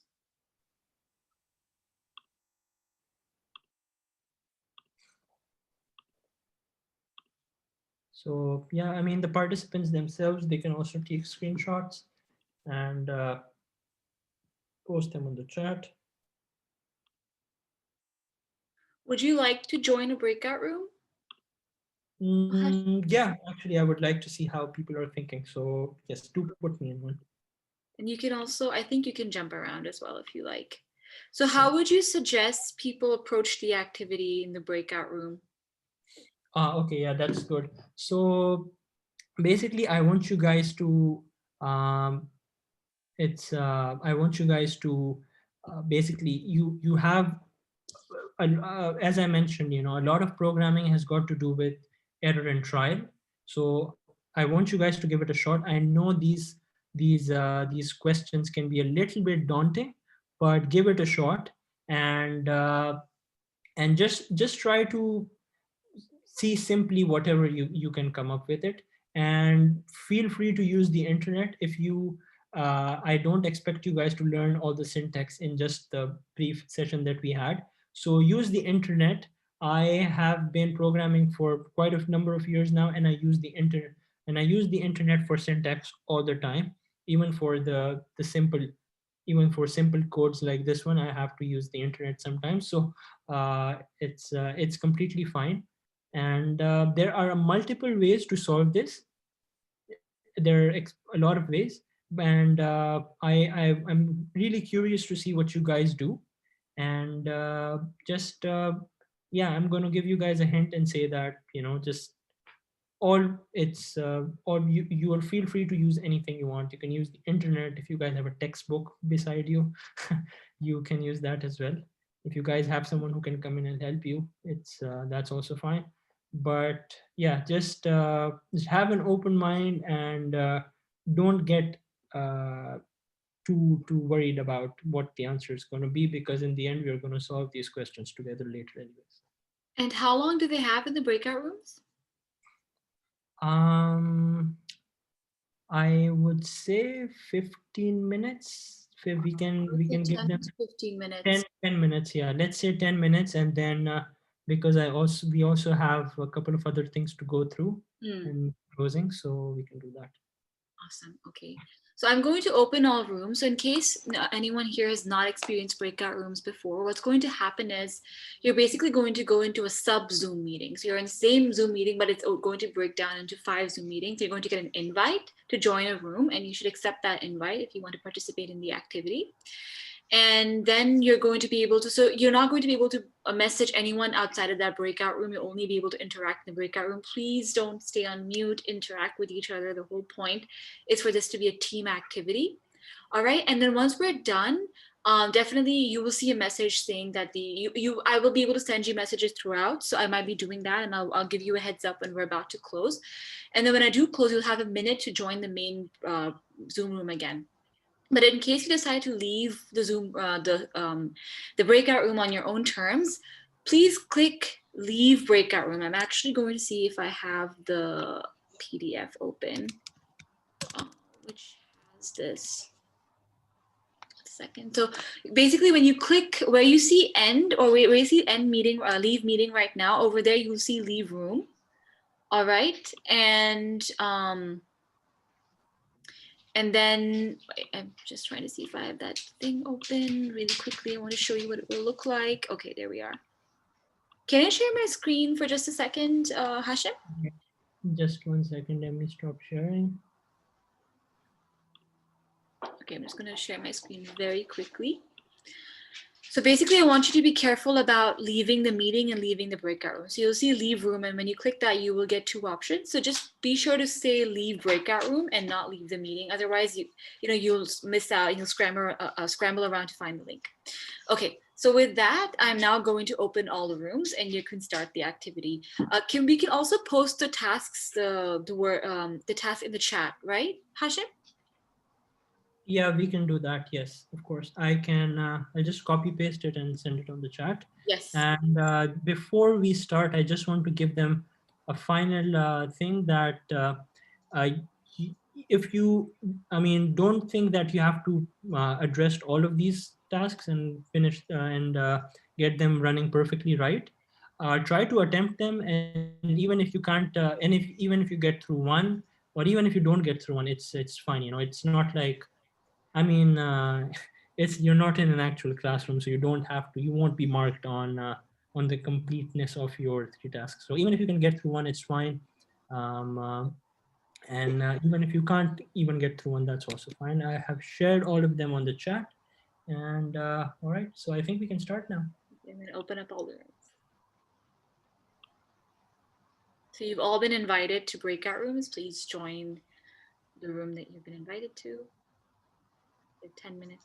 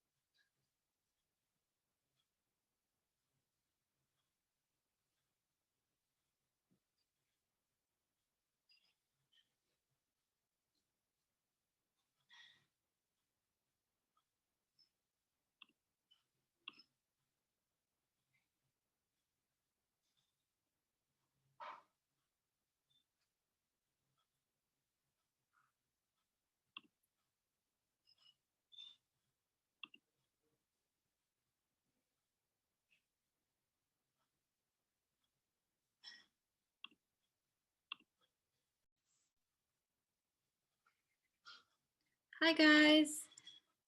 So no one's on mute here. I moved Azan to a different room actually. All right, so are you guys ready for the activity? Is that? Yeah. Awesome. So does anyone here have Sublime? I don't have Sublime, but I have Python in an online. Like I've opened it in online. Oh, so do you think I can, let me see if I can give you to share your screens. All right. You can share your screen if you like, so we can work on it together. I'm actually just going to message everyone. Okay, just a second. I have given you all.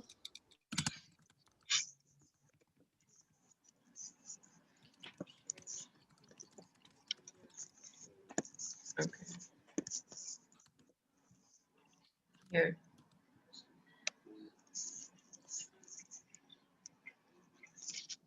So Great. So what do you think needs to happen? Miral, I haven't heard from you yet. Are you here? Yeah, I'm here. Awesome. So the first problem, print all even numbers from 1 to 100. Do you guys think you know how to go about it? I think we could put an if statement. I'm not Sure. sure. Okay, but how would you start the program then?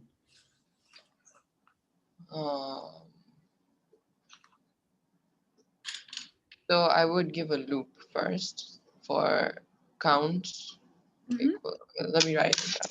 Sure.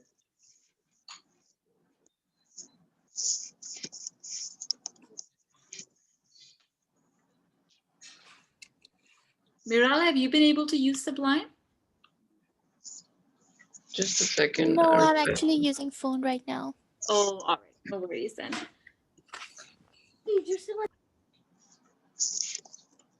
Let's think about all the different things we've learned about in terms of syntax. So is it Izam, you've like used Python before?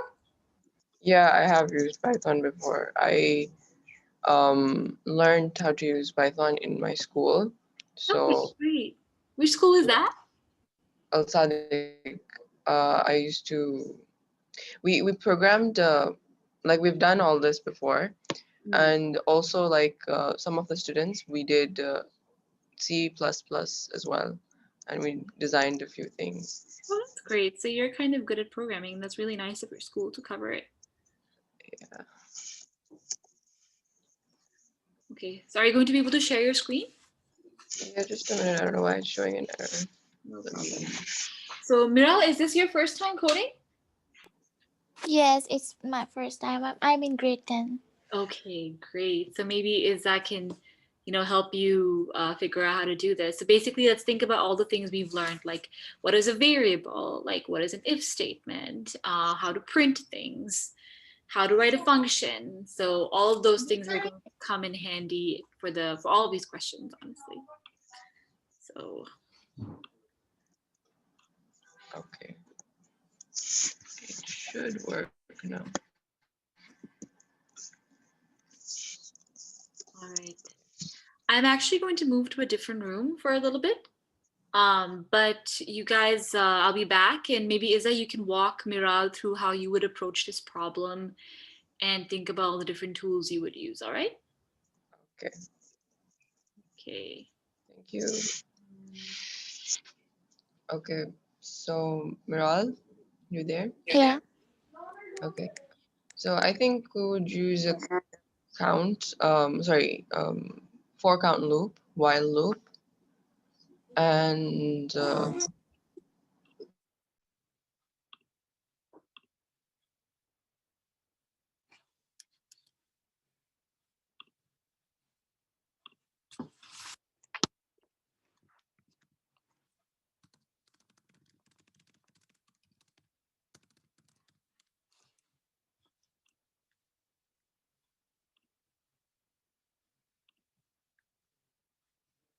Hi, you guys. Hi. How are you guys doing in this room? Feel confident, like you know what you're doing? Yeah. Yeah. Bit confused, but helping each other. Awesome, that's great. So Hashim has just told me that if you're struggling with the even numbers thing, just try printing one number 1 to 100. Okay, great.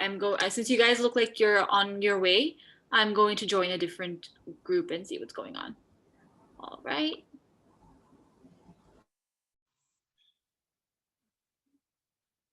Hi guys, how are we doing in this room? Have we started working on the problem? Do we have to do like concentrate on one problem together, or do Yeah, it like just do whatever you can manage in the next 5-6 minutes. All right.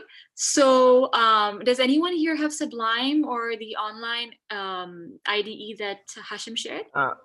yeah, I have Sublime. I'm trying my best to do the first task, but it's not working out, so I'm So using let's share your screen, and we've got 3 people here, and now I'm a 4th. So let's all put our heads together and try to attempt this. All right. Anyone here who's done any coding before? Yeah, I've dealt with coding of C language, some basic You've coding. done C language? Yes. All right. Okay. So this should not be too complicated then. But can you share your screen, Nurullah? Sure.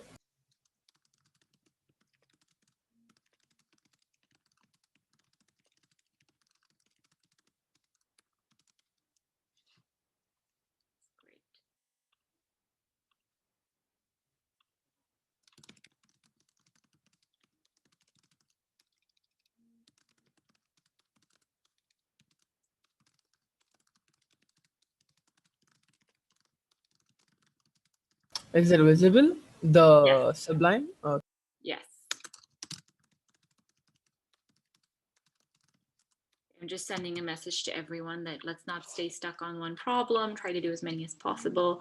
All right, so let's look at the question. The question is print all the numbers, right, from even numbers, and we can just print all the numbers from 1 to 100, right? So what do you think is the first step we need to take? What is the first step we've taken so far in all of our, in all of our First, we have to initialize with a variable, and then we have to define a basically function like while. Exactly, loop. it's correct. So what is your variable here? My variable is even here, and I've assigned it to 2 since it's going to be an even number, so it's a 2 plus 2. And just a second. So let's look at the question again. Does it say 0 to 100 or 1 to 100? it's 1 to 100. 1 to 100, I guess. So we can start with 2. All right. So what is your plan? What kind of function do you think we need to create to be able to, make it print even numbers?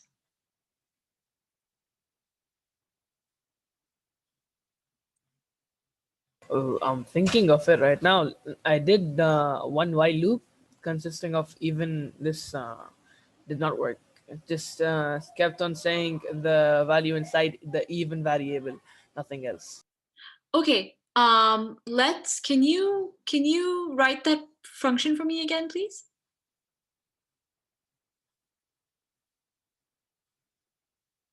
The while loop that you created?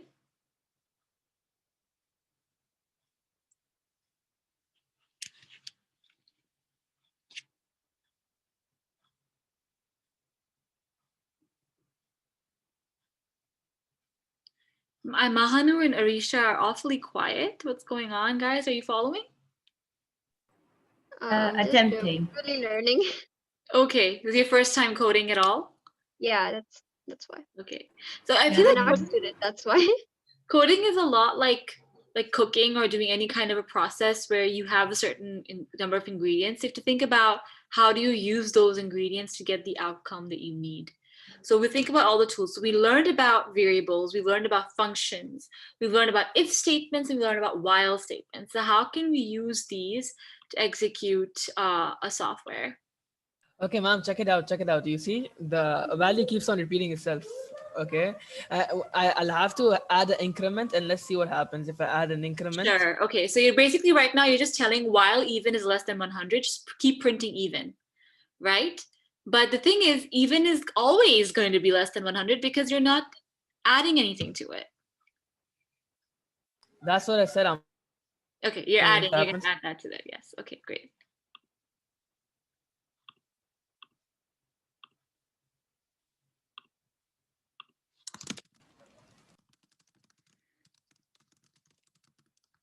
What's the issue here? What's the issue? Let's see. Okay. Okay. You're putting the actual function after you're printing. Wait, I guess. So you should be putting this even is equal to even plus 2 inside your function. Does that make sense? Could you elaborate, because I couldn't understand?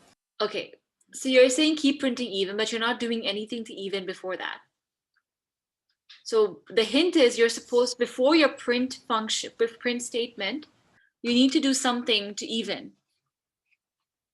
Yeah, that's what I'm trying to do here. I'm trying to go. Yeah, but you're writing it after you write print. You see what I'm saying?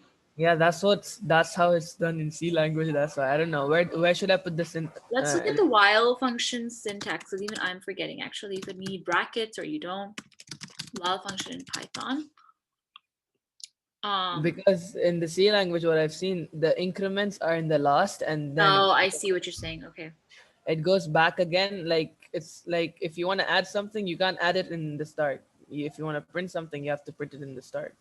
Mm-hmm.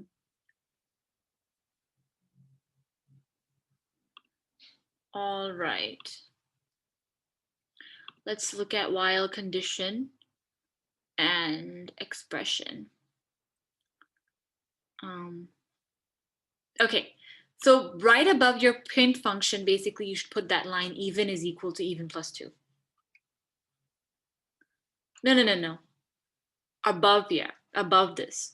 Print even is fine.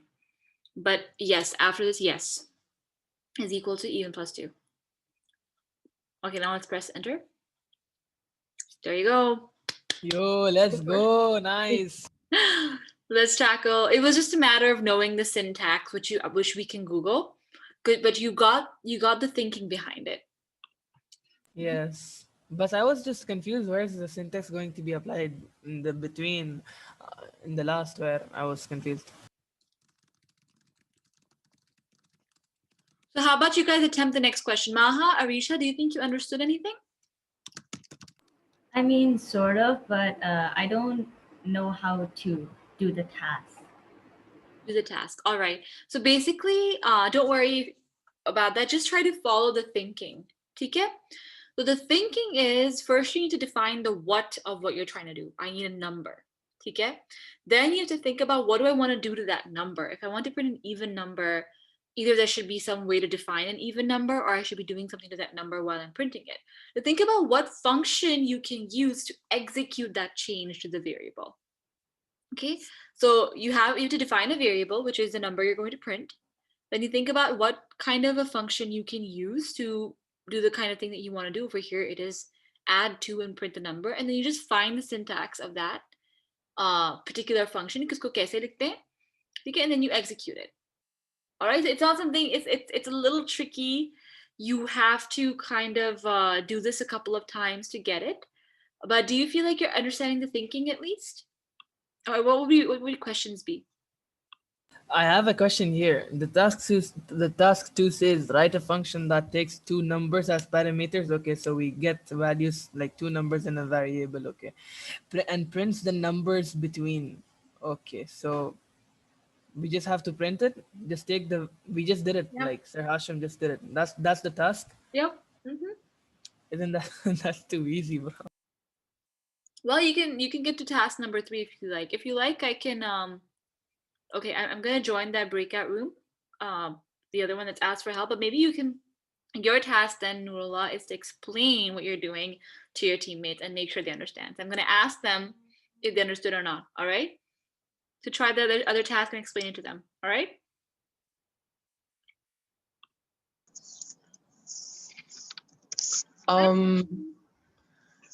Yeah. Sorry. What's going on? Yeah, so we tried doing the first one, tried entering first 10 numbers, but it's giving us an error here. So I'm not sure what's wrong. Okay. Invalid syntax, right? First of all, then. Then, is that the correct syntax for an if function? I think so. Because I think it's if then else, right? Let me look at if function syntax, because we were also trying to implement this. We were using a while loop in the other one. What we were getting wrong was just the syntax. Oh, because should I try a while loop? You can try a while loop if you like, but I also want to figure out what exactly is not going. Yeah. Okay, exactly. So you don't need a then, you need to put a colon. Colon, yeah. Okay, so I was confused. So, but after the if statement, and then the statement below, you have to put an indent, and you know. Okay. Okay, this became 100. Okay. No. The count, it needs to be indented. So there's a syntax to be followed, right? So indented meaning? You have to put some space before count. Oh, okay. And the same thing for everything below it. Else, yes.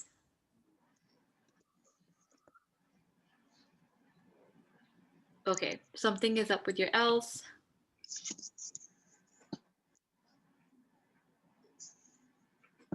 I don't think you need an else, honestly. I don't think there's an else needed. Okay, yes, let's try that. Let's try that. Yes, yes, yes. Try it.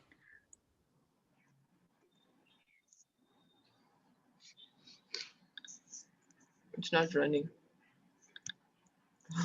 Okay, let's try doing this with a while loop. Okay. There's still an error in this one. Yeah, I'm trying to figure it out myself, but okay. If test expression body, I'm gonna put this on the chat.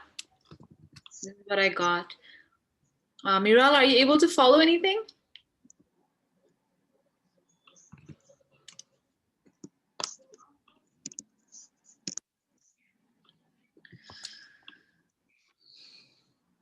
Oh, if. Yeah, so isn't that what we're doing right now? It is what you're doing. 1 second. If count is less than 100, count is equal to count, so print count is over. Okay, so you're running it, TK, but it's not gonna. It's only going to print count is over. So we're supposed to enter our number. Yeah, if count is equal to count plus 1, and then print count, right? Yeah. Or else print count is over. So we print. Yeah. Okay, I forgot that. print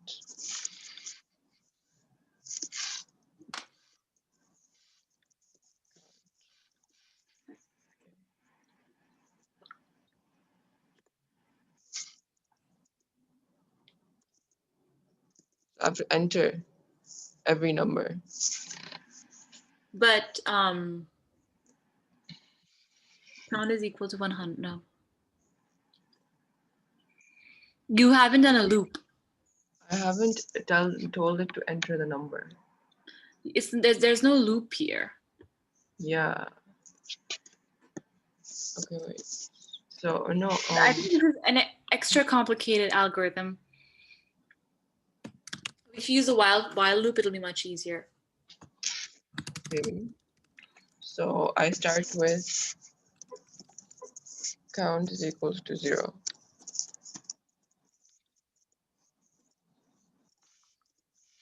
While count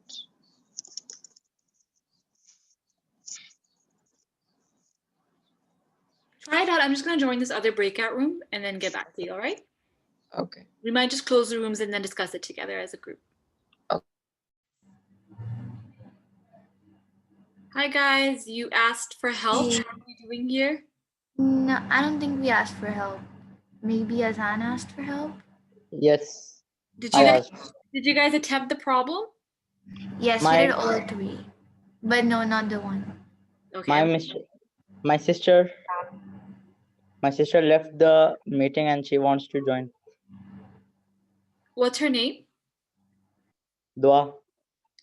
Dua. Okay, once we leave the breakout room, I will ask the moderator, Zahid, to just do that. Okay. Sure. Thank you. No worries. Okay, let's leave the breakout room. We're going to discuss Yes. all the problems as a group. Okay.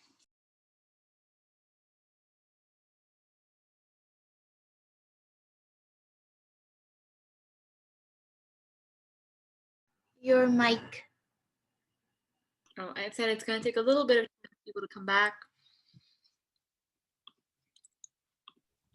Can you just put me in room number 1?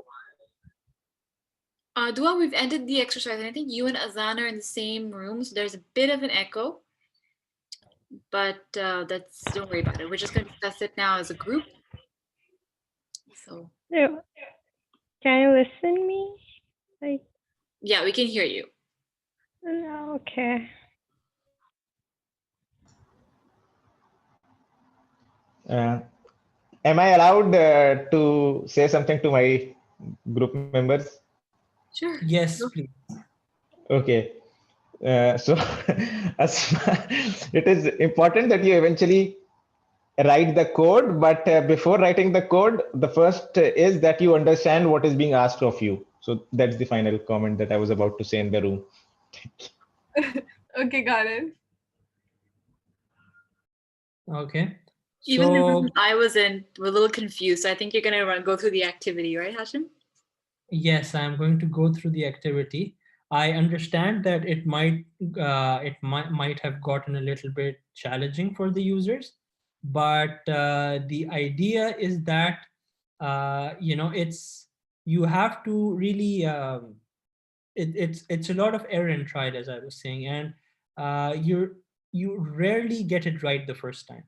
I don't remember ever that I wrote a program and I compiled it and it did not give me an error. And the idea is that, you don't get daunted by that, because when you start off on your journeys as a programmer or whatever, you will face these issues very commonly. And, so you need to keep on going. And another important thing is, if you might have noticed that there were some, we didn't cover a lot of those things, but you might feel like, okay, we didn't cover a lot of the Python content, but so it's difficult to catch the syntax in a very short time, and you guys might have felt that, oh, okay, I don't remember the formula for this or that. And whenever that happens, it's very important that you guys go back to your notebooks. You guys go back to your notes or Google or whatever, and it's all if you want to be a good programmer, you need to really learn how to, find your work around the internet to find solutions for what you're looking for. Because you might feel like, I mean, and because when we watch movies, we see programmers like they don't have anything, they're just typing like crazy in front of the laptop. But in reality, it's not like that. The first thing you do is you go to Google, you search, and then you go back to your compiler. So, and it's just the reality, and I wanted to give you guys a taste of it. But anyhow, let me share my screen and we'll go through this activity together.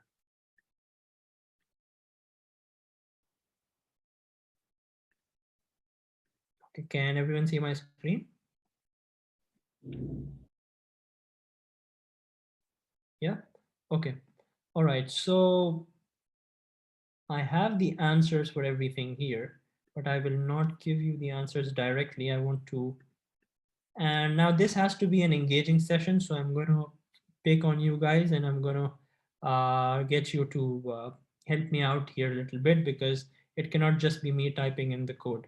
So the first task was for you to print out all the numbers between 1 to 100. Now, please feel free to unmute yourself. And now the first question I have for you is, what component will we use? Like we discussed quite a few components or elements. In order to make this task work, what will we use? We'll have to use a bunch of these things, but what will we use? A loop? Will we use a function? Print. Print statement, that's correct. That's the first thing. What else? Loops. Loops, that's correct. We're going to be using loops as well. So we're going to be using print statements and loops. So as we covered in the slides, the first thing we're going to do is we're going to initialize if you read, so what we have to do is we have to print the numbers between 1 to 100, right? So we need to define that somewhere. So we'll store those values in a variable. So count, let's say we'll create a variable called count and we'll call it, when we'll initialize it to 0, right? And we want it to go up to 100. So what's the next thing that we'll do? Well, the next thing, I'll help you out here a little bit. We have to initialize the loop. So how will we do that? What am I typing here, guys? Help me out.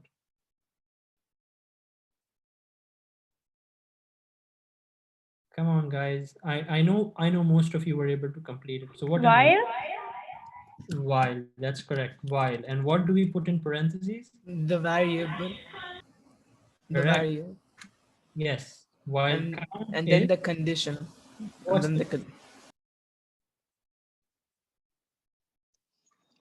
well, count is equals to count plus 1. No, so first you give less than 100. Yeah, less than 100. Less than 100, just apply the condition, yes. Correct, up less than 100. And what is it doing while it's less than 100? It's printing. Correct. What is it printing? Count. It's printing count. Correct. And so is it complete now? Should I go ahead and compile No, it's not complete yet. We have to add up the even numbers. We have to add up the. Right. Awesome. Yes, that's what we are doing. So we are doing count. So we are counting from 1 to 100. So, and the condition is that it has to be less than 100, and we are printing count. We are printing the value count and we are incrementing it by 1 every time. Now, if you go ahead and compile this, it's going to give us a list of numbers from 1 to 100. And that's it for our first task. What about even numbers? Okay, so now if we want to print only even numbers, what we'll have to do here is, and this is where it gets a little challenging, we'll have to specify a condition here. Now, how do we figure out if a number is even? And this is where the logic comes in, and this is what makes programming so interesting. And that's where it teaches you how to think, because now you really have to sort of, pick your mind a little bit and see, okay, I need to figure out how for each number, okay, for every time this number is iterated by one, let's say it's 1, it becomes 2, it becomes 3, it becomes 4. How do I figure out which numbers are even and only print them? I want to hear from Asma and Horab, since they were able to figure out in the workout in the breakout room. So maybe if they can assist Mr. Yeah. Hashim. What if we will write count plus 2? Excellent. Yes, that is true. We can do this. Oh. So it will only so if we are incrementing it by 2 every time, it's printing only the even numbers. And I have to say, I was not going for this solution, but I'm glad you picked this. I was going for a more complicated solution, which is through an if loop, which is through an if condition. But again, so it goes back to what I was telling you guys earlier. It's there are multiple ways of doing this, and it's you just have to pick what you can you have to pick what works for you and whatever comes to your mind.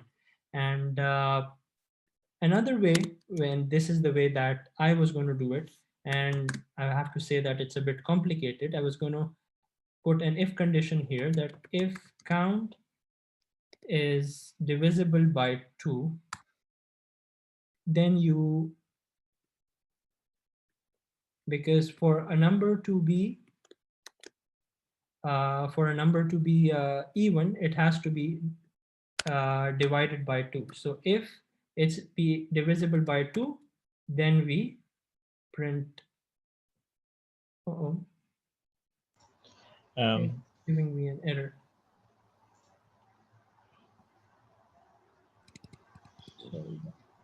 So our logic was, while we were discussing in the breakout room, is that the number is divisible by 2, and if you divide a number by 2 and the remainder is 0, then it is an even number.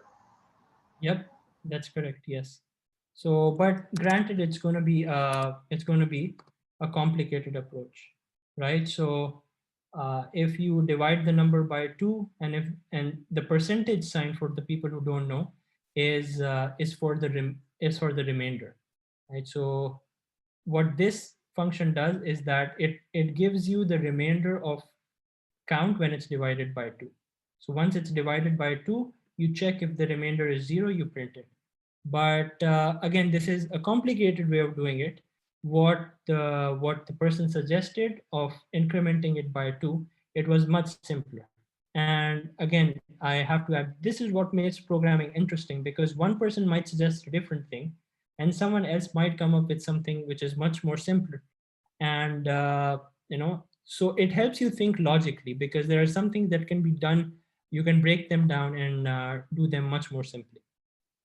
So this was for the first task. I hope you guys, did everyone understand what we did here?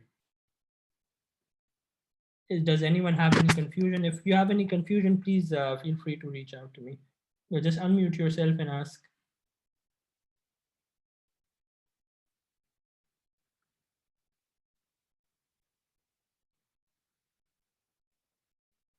No? Okay. All right. Let me check the chat panel once. I don't see any questions. We have multiple yes, so we can move with task 2. All right, so what's task 2? Let me go ahead and just take the text and paste it here. Just a quick question, Mr. Hashim. There's a question from Azan. He's saying, why are there 2 equals? There can be 1. Okay. This is just the syntax that's been defined in Python. So, and the reason is that if you do this, then you are basically, the idea is that if you use one equal to sign, that's used to initialize a value to a certain variable. But if you want to check that if this value is equal to 2, then you put 2 equals. So the difference between this and this is that this statement will give this variable a value of 2, and this statement will check if this variable has a value of 2. So is it clear? Does that make sense? You can post your answers on the chat. Okay. All right, perfect. So let's move on to the second activity, which was to write a function which takes 2 numbers as parameters and then prints out the numbers in between. All right. So as I told the people that I was working with, in programming, it's always good to break things down task by task, and then take it, then take it one bit at a time, because if you take it all at once, it might be daunting. So let's read this question in 2 parts. First, write a function that takes 2 numbers as parameters. So let's just first do that. Let's just first define a function which takes 2 numbers as parameters. How are we going to do that? Again, I'm not gonna do anything here. I'm gonna leave it to you guys. And I know there are some smart people out here. I mean, I know everyone is smart here. I've been in the breakout room, so I'm gonna leave it to you guys to tell me how am I getting started here. So what am I doing first? How am I defining a function? Def function, and then parentheses. Inside the parentheses, add the variable names. Any two variables. Okay, exactly. So we will first put in the keyword, which is def. We'll put in a name for the function, and we'll put in the name for the parameters that we are defining within the function, right? And with that, our first task, and we put a colon after it, and with that task, our first task is done. We have defined a function which takes 2 numbers as parameters. Now we have to print in all numbers between these 2. Now in the first part, we also printed numbers from 1 to 100. So you guys know that we're going to use a count while loop over here, right? So I'm going to define the while loop, but what is the condition that we're going to put here? We have to print in the numbers between these 2.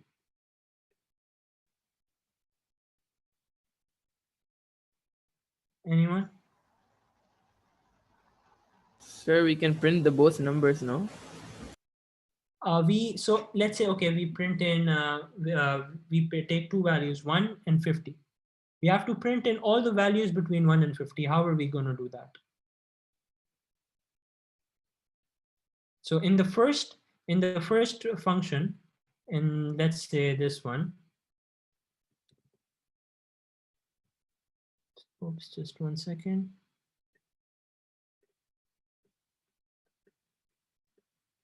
Oh, okay. Number 1 is less than number 2. Yeah, that is correct. So not greater to 50. We don't know the value of it. It can be any No, value. it's just number 1 is less than number 2, and then we'll write. Okay, as long as number 1 is less than number 2, what do we do? Now we should define the numbers. Yeah, function. No. 1.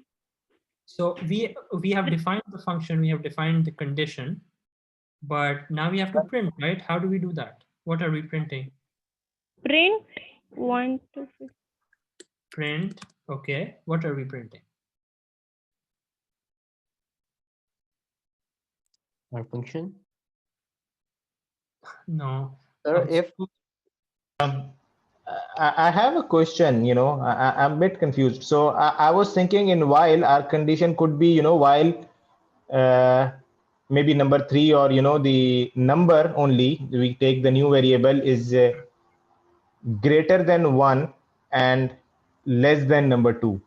Yes, of course, we can do it that way as well. We can do that.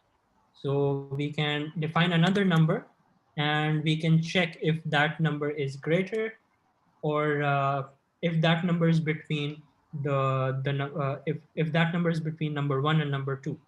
However, we can simplify that by just checking if this number is less than this number, right? And Okay.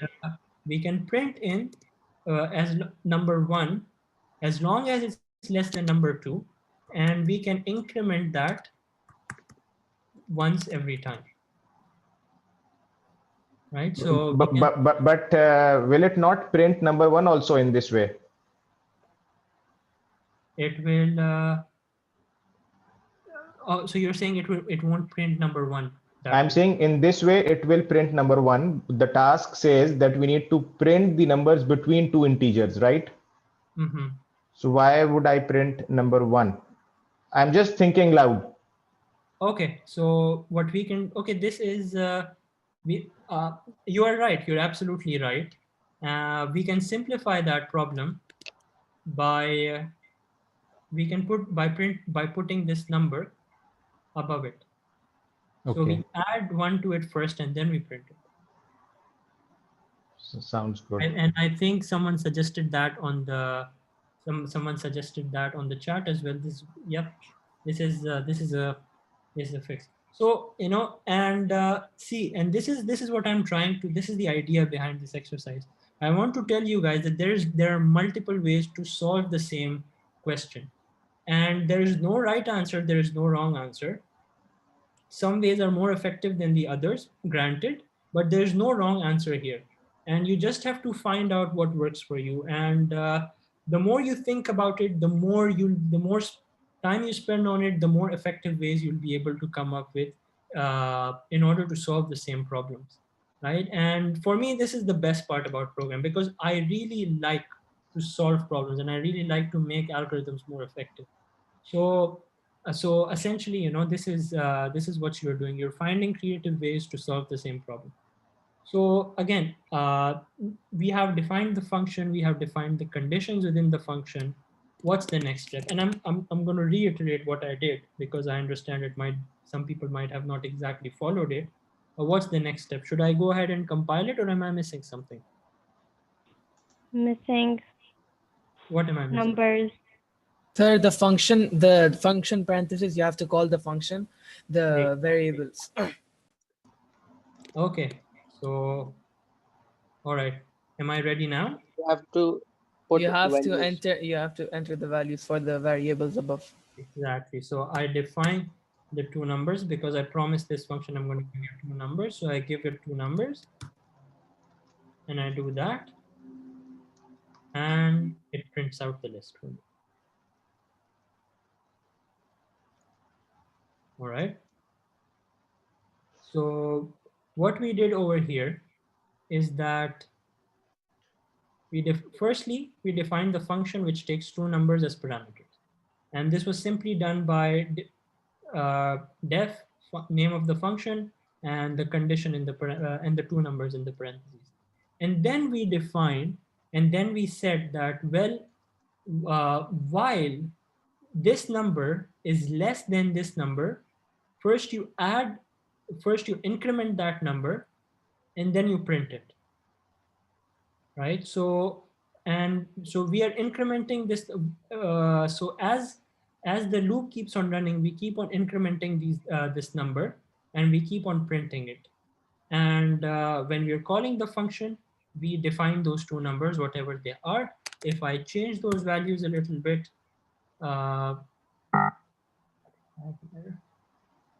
if I change these values a little bit, you know, it's gonna, if I make it, let's say, whatever I say, it's gonna print that out for me. I can change it to, let's say, between 5 and 55, or whatever. I can play around with the values over here, and it's going to keep on printing them out for me. So basically, yeah, that was our second task. We are taking two numbers and we are printing out the numbers in between them. Now I will take, now please, if you didn't understand anything, please feel free to post that on the chat and I'll get back to you. And I Why know that don't we have number 5? because the reason why we don't have number 5 is because we added it.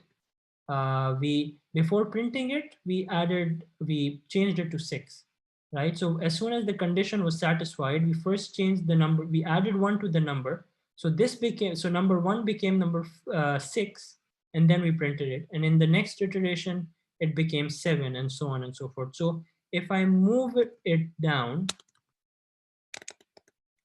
and if I compile it, then it will show me 5 as well. Okay, thanks. All right. So do we move on to the last activity, or does anyone have any questions? So in our room, we were wondering if the third one was something that you had already demonstrated earlier.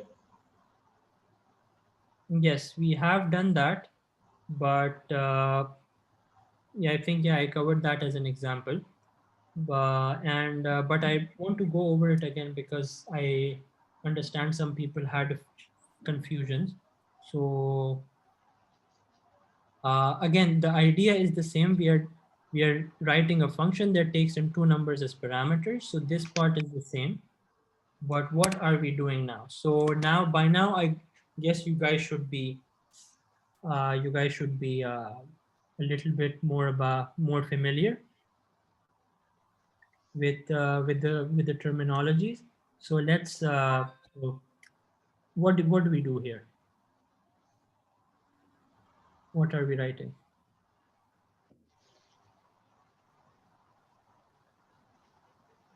So this is going to be an if statement, right? And it's simply going to be if the first number is greater than the second number, we're going to print out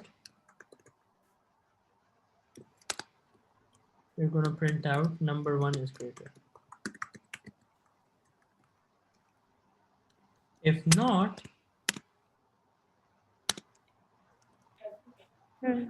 then we'll print out that number 2 is greater. And I think we covered that, so I'm not going to go into too much detail of this, but yeah, that's the idea behind it. So anyhow, I hope you guys understood that, and we have to move into the next part of our presentation. But before we do that, I want to ask, does anyone have any questions? Because it's important that we clarify all the doubts. No, I don't see any question. Okay, perfect. For now, I'm going to close in Sublime Text, and we'll move into the next part of our session, which covers artificial intelligence, basically. And now, before I start this session, initially I had planned for a hands-on session, which was to build a chatbot, but that might be a little bit tough because we are running very short on time. However, what I can do is I can share with you links to a hands-on activity, which is a step-by-step tutorial which you can follow on the internet, and you will be able to learn the same thing that I would have shown you or otherwise. So I'm just going to cover a little bit about the theoretical material, artificial intelligence, chatbot, the different components of a chatbot. And for the sake of time, instead of doing the hands-on with you, I'm going to share the link to a tutorial which you can follow and through which you can do the hands-on yourself. All right.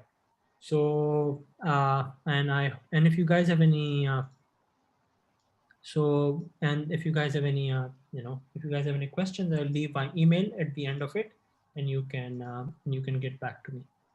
All right. So what is artificial intelligence? Now, among a lot of the things that you can do with programming, you can also get into artificial intelligence. There are many domains that you can get into essentially.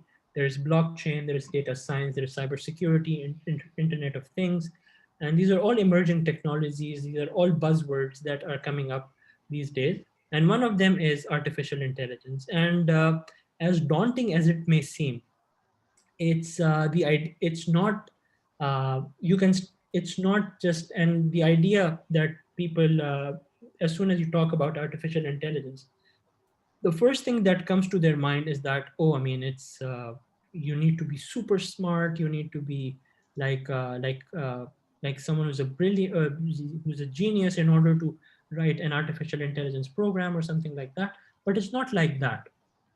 uh, and uh, uh, and if you follow the hands-on, which the link to which I'm going to share with you guys, you'll see that it's really not that complicated, and really anyone can do it.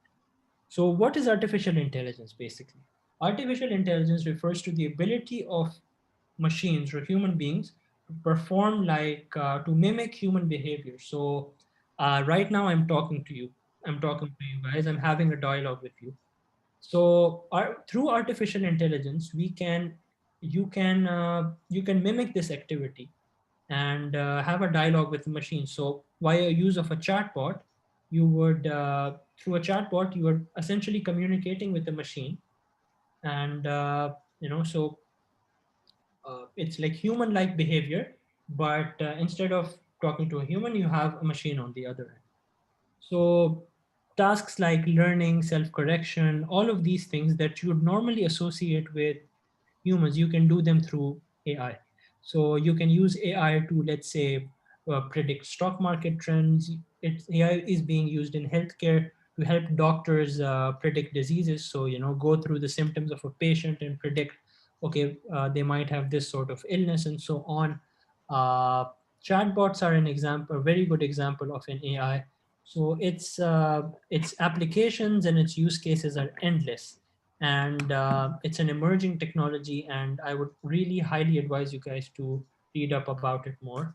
And I'm going to share a few links with you guys which you can read up on after the presentation, so hopefully that will be helpful as well. And chatbot is an example of one of the use cases that you can build with AI. And a few examples or use cases of chatbots are Alexa or the Google chatbot, or for those of you who've used iPhone, Siri is an example of a chatbot. And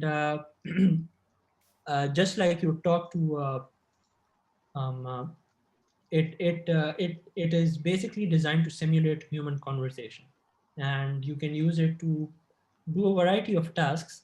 If you have used on many websites these days, as soon as you log into the website, a a window opens up, and you can sort of chat with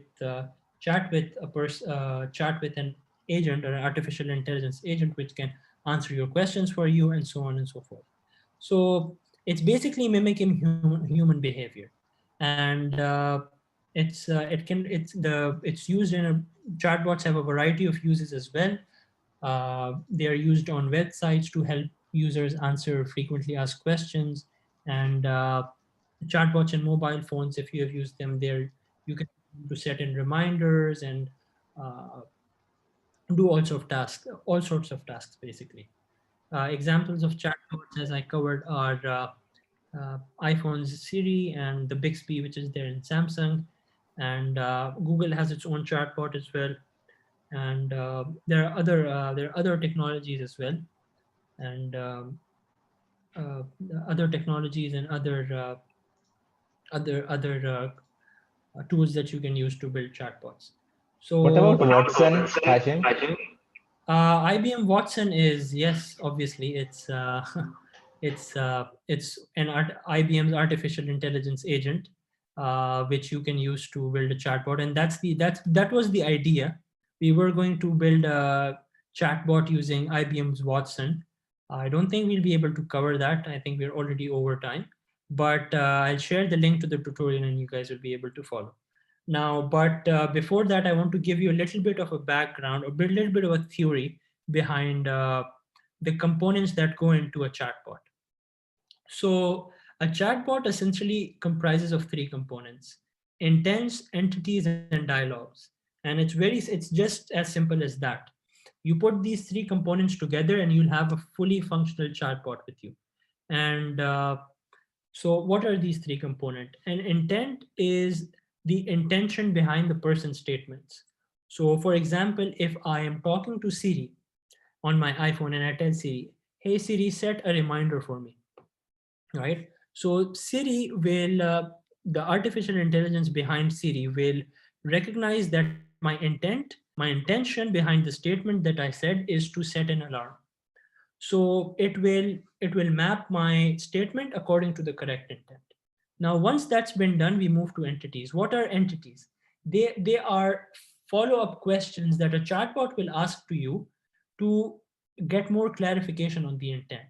So building upon the first example, when I told Siri that set a reminder for me, now Siri understood that, okay, once it's understood that my intention is to set a reminder, it needs some more information about what's the reminder for, what time is the reminder, what, how many times do I want to be reminded, and so on. So it will ask me all of these questions. And these questions are called entities. And then finally, once the chatbot has once the chatbot has clarified the intent, it has gotten all the required information it needs. All of this is encapsulated in a dialogue, and which is basically the flow of the conversation between the human and the bot, right? So the first step is that the chatbot recognizes the intent.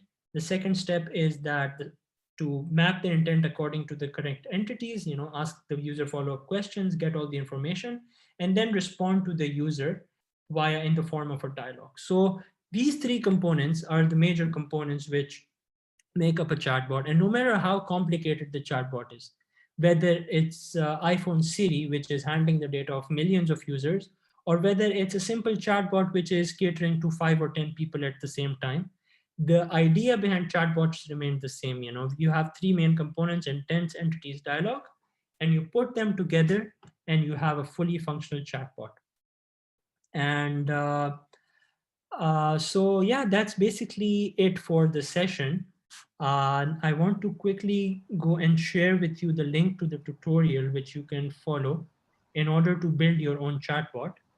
On the link I will share, on the chat, I will share a link to the website which you can go to, and you all can go to the website. I quickly also want to request everyone to open their cam so we can take a nice picture. Maybe when Hashim stops sharing his screen right before we end, we can do that, right? Okay. Okay, so you can go to this link, you can register on this website, and once you register, once you sign in, you can, let me,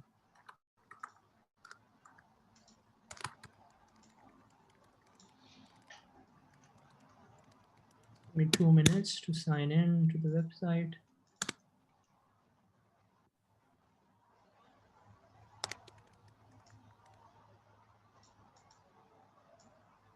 Once you sign in, and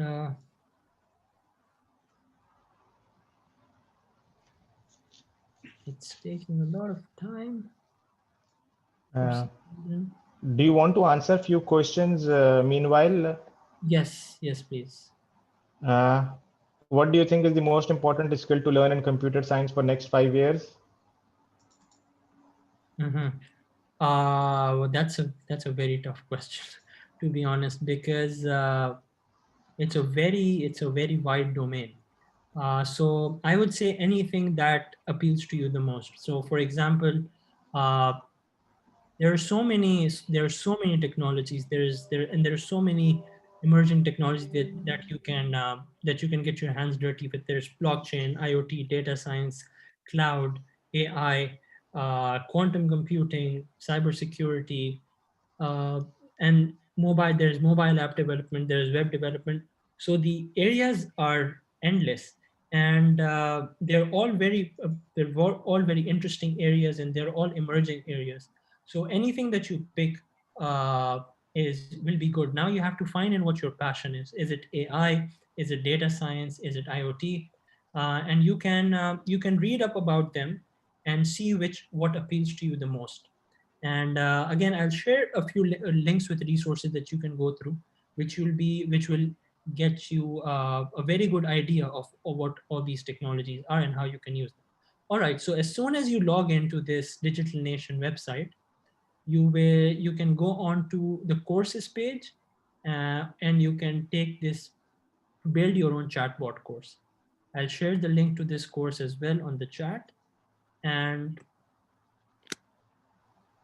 you can enroll in this course and you can take this course. And this course has all the instructions on how you can build your own chatbot using IBM's Watson. Uh, I really wanted to do this hands-on session with you guys myself and take you through the entire process, but I really am bent on time as well. So, but yeah, as you can see, once you go to the course, you'll be able to see this section in the course which says create your own chatbot. You can there are some other modules as well which give you a little bit more information about what are chatbots and what are components of a chatbot, and you can take those modules as well. But yeah, if you really just want to get into the hands-on, then you can directly jump to this section and go through this course, which will give you a very good idea of how you can build a chatbot using IBM Watson. So I've shared the links with you on the chat, and I'm going to move on back to my presentation and quickly conclude. I think this presentation will also be shared with you guys. It has some additional information about web development as well, so you guys can check that out as well. But I'm going to quickly move on to the summary of our session today. First of all, thank you all for joining my session. It's been a pleasure having you and talking to you guys, and I hope I've been able to motivate you just a little bit about programming, and give you a gist of what it is like to be a computer science, to be a software developer or a programmer. And if there is one takeaway that I want you guys to take away from this session, it's that uh, the possibilities with programming and computer science in general are endless. All you need to do is have an open mind and don't get intimidated by by a few errors, or if something is not working and so on and so forth. Because once you get the hang of it, things will start coming to you naturally, and the feeling that you get will be very rewarding. And I'm sure you guys understand this as well, that uh, technology is the domain of technology is expanding gradually, and and in the future, obviously, there will be a lot of need for people who are technical and who have that skill set, such as people who can work with data, people who are data scientists, people who can work with cloud and mobile apps and so on and so forth. So I really hope you guys delve into it and learn more about it. Lastly, I already shared this with you. You can go to this website. I already shared the link to the IBM Digital Nation platform with you. It's a free platform. It has over 80 courses, and these are all technical courses which you can go through and learn about all the different emerging technologies.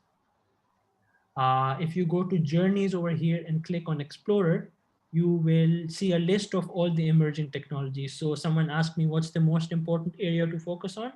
Well, I would say take these 30-minute courses. They are video-based courses, and they will provide you with an idea of what artificial intelligence is, what cloud is, what blockchain is.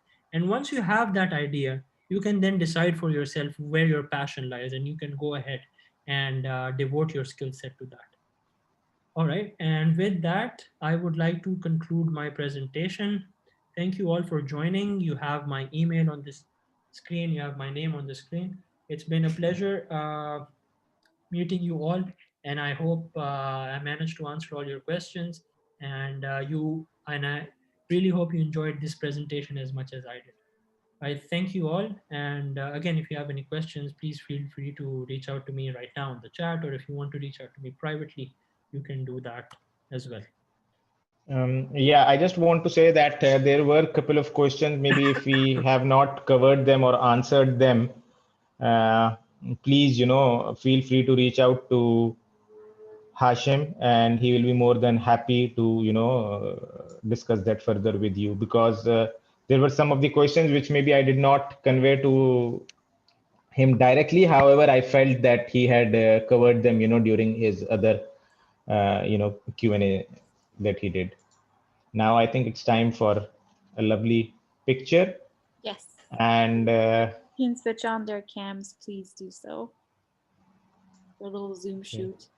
It's 10 p.m. on a Thursday night, so I know all of us are in our own state, but we've had a fun workshop. Anyone else? Iza? Asma? Well, okay, I'll just take this shot the way it is then. Okay. One more. There we go. All right, so before we conclude, first of all, oh, there we go, 2 cameras on. Wonderful, I'll take another picture. Great. Okay, so before we conclude, massive thank you to Hashim for taking out so much time to create the presentation, to plan the journey for you guys. And his goal was just to get you all excited. And I truly felt that excitement when we were in the breakout rooms, people trying to figure out the problems. Like that is the whole thing. Like you feel motivated to do that. So thank you so much for it. And we hope to have you back, maybe to do an AI session or to do the chatbot thing. We'll talk about it. Yeah, and Zahid also, like, thank you for staying for 3 hours and doing such an awesome job with moderating the session and taking all the questions and everything. And obviously a massive thank you to everyone who attended. We actually have a general secretary from the PYF here as well, Nava, who dropped in just to enjoy the session, and lovely to have you all. So yeah, with that, one final thing. Please do send us your testimonials. We put them on Instagram. We'll also be sharing a feedback form. But the testimonials, if you could ideally do that tonight while the session is fresh in your mind, or early tomorrow morning, we're going to have the post going up sometime midday. All right, and then I guess with that, we can all call it a Thursday night. Any final words from anyone before we close? Thank you so much. I had a really great time, and it's really nice meeting you all. Thank you. Thank you. Thank you, everyone. Happy weekend. Have a good night, everyone. Bye-bye. Amazing session, ma'am. Thank you. Thank you. Pleasure having you. Bye. Bye-bye.